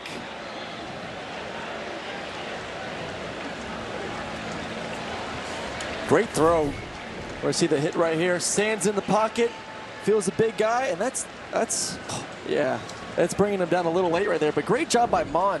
Feeling the pressure, big guy in your face, and delivering a strike for cover 2 down the middle of the field. Roughing the passer call there could have given him a chance to get half the distance to the goal and go for 2 here. Instead, Seth Small out for the PAT to make it an 8-point game. 2 minutes and 18 seconds on the drive. Small boots it through. So 8-point game, 2-12. And the one timeout big for Jimbo Fisher if the Aggies can get another stop on defense or onside kick. That's an impressive throw there. Being able to get up and down. Defensive lineman in your face. You know it's cover Derek 2. Brown in your kitchen. That's really impressive. That's when you're glad you're a 6'4" quarterback and not a little shrimp like me back there. Dear Mrs. Mon, Derek Brown is a large he's in your son's lap.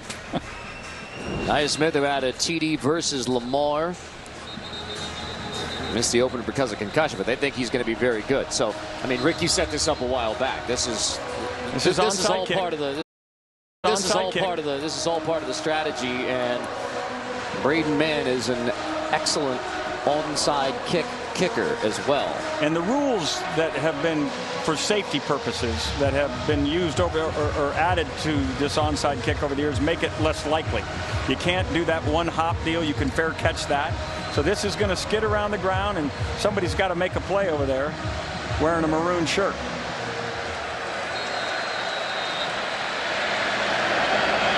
Here's the onside kick from Mann. One hop, and it is caught in the hands team, and it is Auburn football. And Whitlow puts his hands on it and secures it. Whitlow's not giving rid of that football. Only one timeout, one chance to stop the clock, and now the Aggies are hoping for a miracle.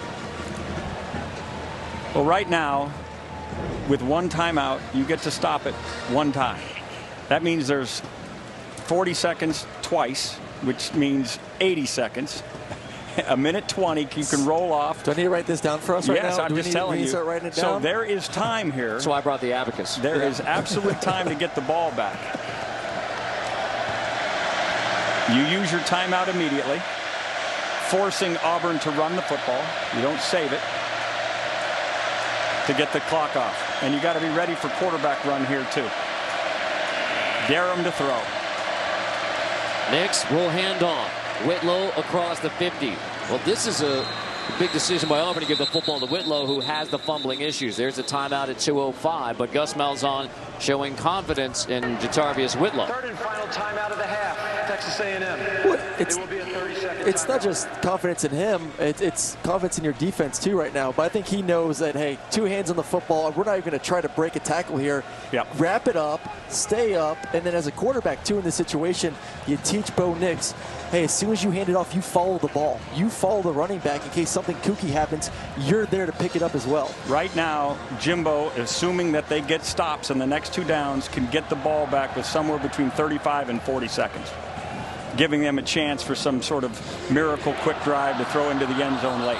Plus, you may go after the punt, too. A first down ends it. Yeah, and then if you get to 4th down, they're punting the football, you're bringing out your punt blockers and see if you can get one as well.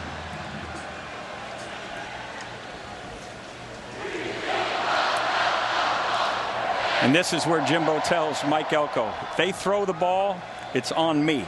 You stop the run. There's 0% chance they throw the football. If they throw the ball, it's on me. You get in there. There's no safety here. Yes. Add numbers. Whitlow again on the left side. 2 hands on the football. Aggies trying to rip it out. Brown gets the stop.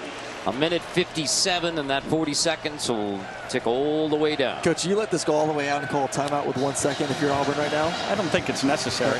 I think you can save your timeouts. You know what you're doing. And now with the Aggies out of timeout, an Auburn first down means you can take a knee. Absolutely. A chance to be 4-0 in College Station. Who would believe that? This kind of raucous environment. I told you these Aggies would come to life if they got a touchdown. Look for a little quarterback run right here. Desperate for a stop. Zeros. There's your timeout. They did take the timeout. Yep. So just take it down, and then on 3rd and 5, you convert here. Auburn can walk out of College Station 4-0 under Gus Malzahn, and the road teams. I mean, as you said, Aaron, this is not just a huge win to give 1-0 in the SEC, but to say you're 4-0 with wins over Oregon and at Texas A&M. I mean, this is commanding now, right? 2 of the most impressive wins to start the season by any team right now in all of college football. You got to give the nod to Auburn at the moment. This is a very good A&M team. You have a chance to win this game on the road as well. And I've been most impressed with Bo Nix tonight. He grew up a lot in my eyes. 25 years ago this weekend, fellas, we threw a Hail Mary with Colorado at Michigan. So this one isn't over quite yet. 3rd and 5. Nix with 1:20. The Aggies out of timeouts. There's Nix the quarterback will run. keep He's got it. And slides. First down, Auburn, and now they can take a knee with an 8-point lead, and Texas A&M out of timeouts. That is a great call. That is a great there. execution. You see the advanced education of Nix. He knows when I get out there, I'm going to go down before I go out of bounds. But this one is over. What a great win for the Auburn Tigers. Just the 7th team ever to win 4 straight trips to Kyle Field, joining Alabama, Arkansas, Texas, Rice, SMU, and TCU back to the old Southwest Conference days. So question was how Bo Nix would fare against the 12th man, Kyle Field, and the Aggies of Texas A&M, and it is Bo Nix hitting a knee in victory formation as Auburn will go to 4-0 with a dramatic win over Oregon and a commanding win at Texas A&M. That's a great way to start the SEC right there, and playing in this league for this Auburn team for Bo Nix. And you go back to the throws that he missed. How much will he learn? How much will he gain from this experience? The confidence is going to start to surge. Those throws are going to start to get more comfortable, and this team's going to be dangerous. Well, he's been confident more and more every single week. I think he took another stride forward in the right direction. I like the Aggies fighting back, though. Yep, these are 2 good football teams. Going to be heard from again. It's official now. Auburn 4-0, 1-0 in the SEC, with Georgia and Notre Dame still to come. A major statement from the Auburn Tigers here in College Station, Texas. 4-0 in Aggieland. And now it's time for the play of the game presented by Jersey Mike's Sub. They only rushed for 19 yards last year against the Aggies. Got 57 on this play from Anthony Schwartz to set the tone. Opening drive touchdown for the Tigers. They got up 14-0. And Schwartz with a major opening statement for Auburn today. Speed kills.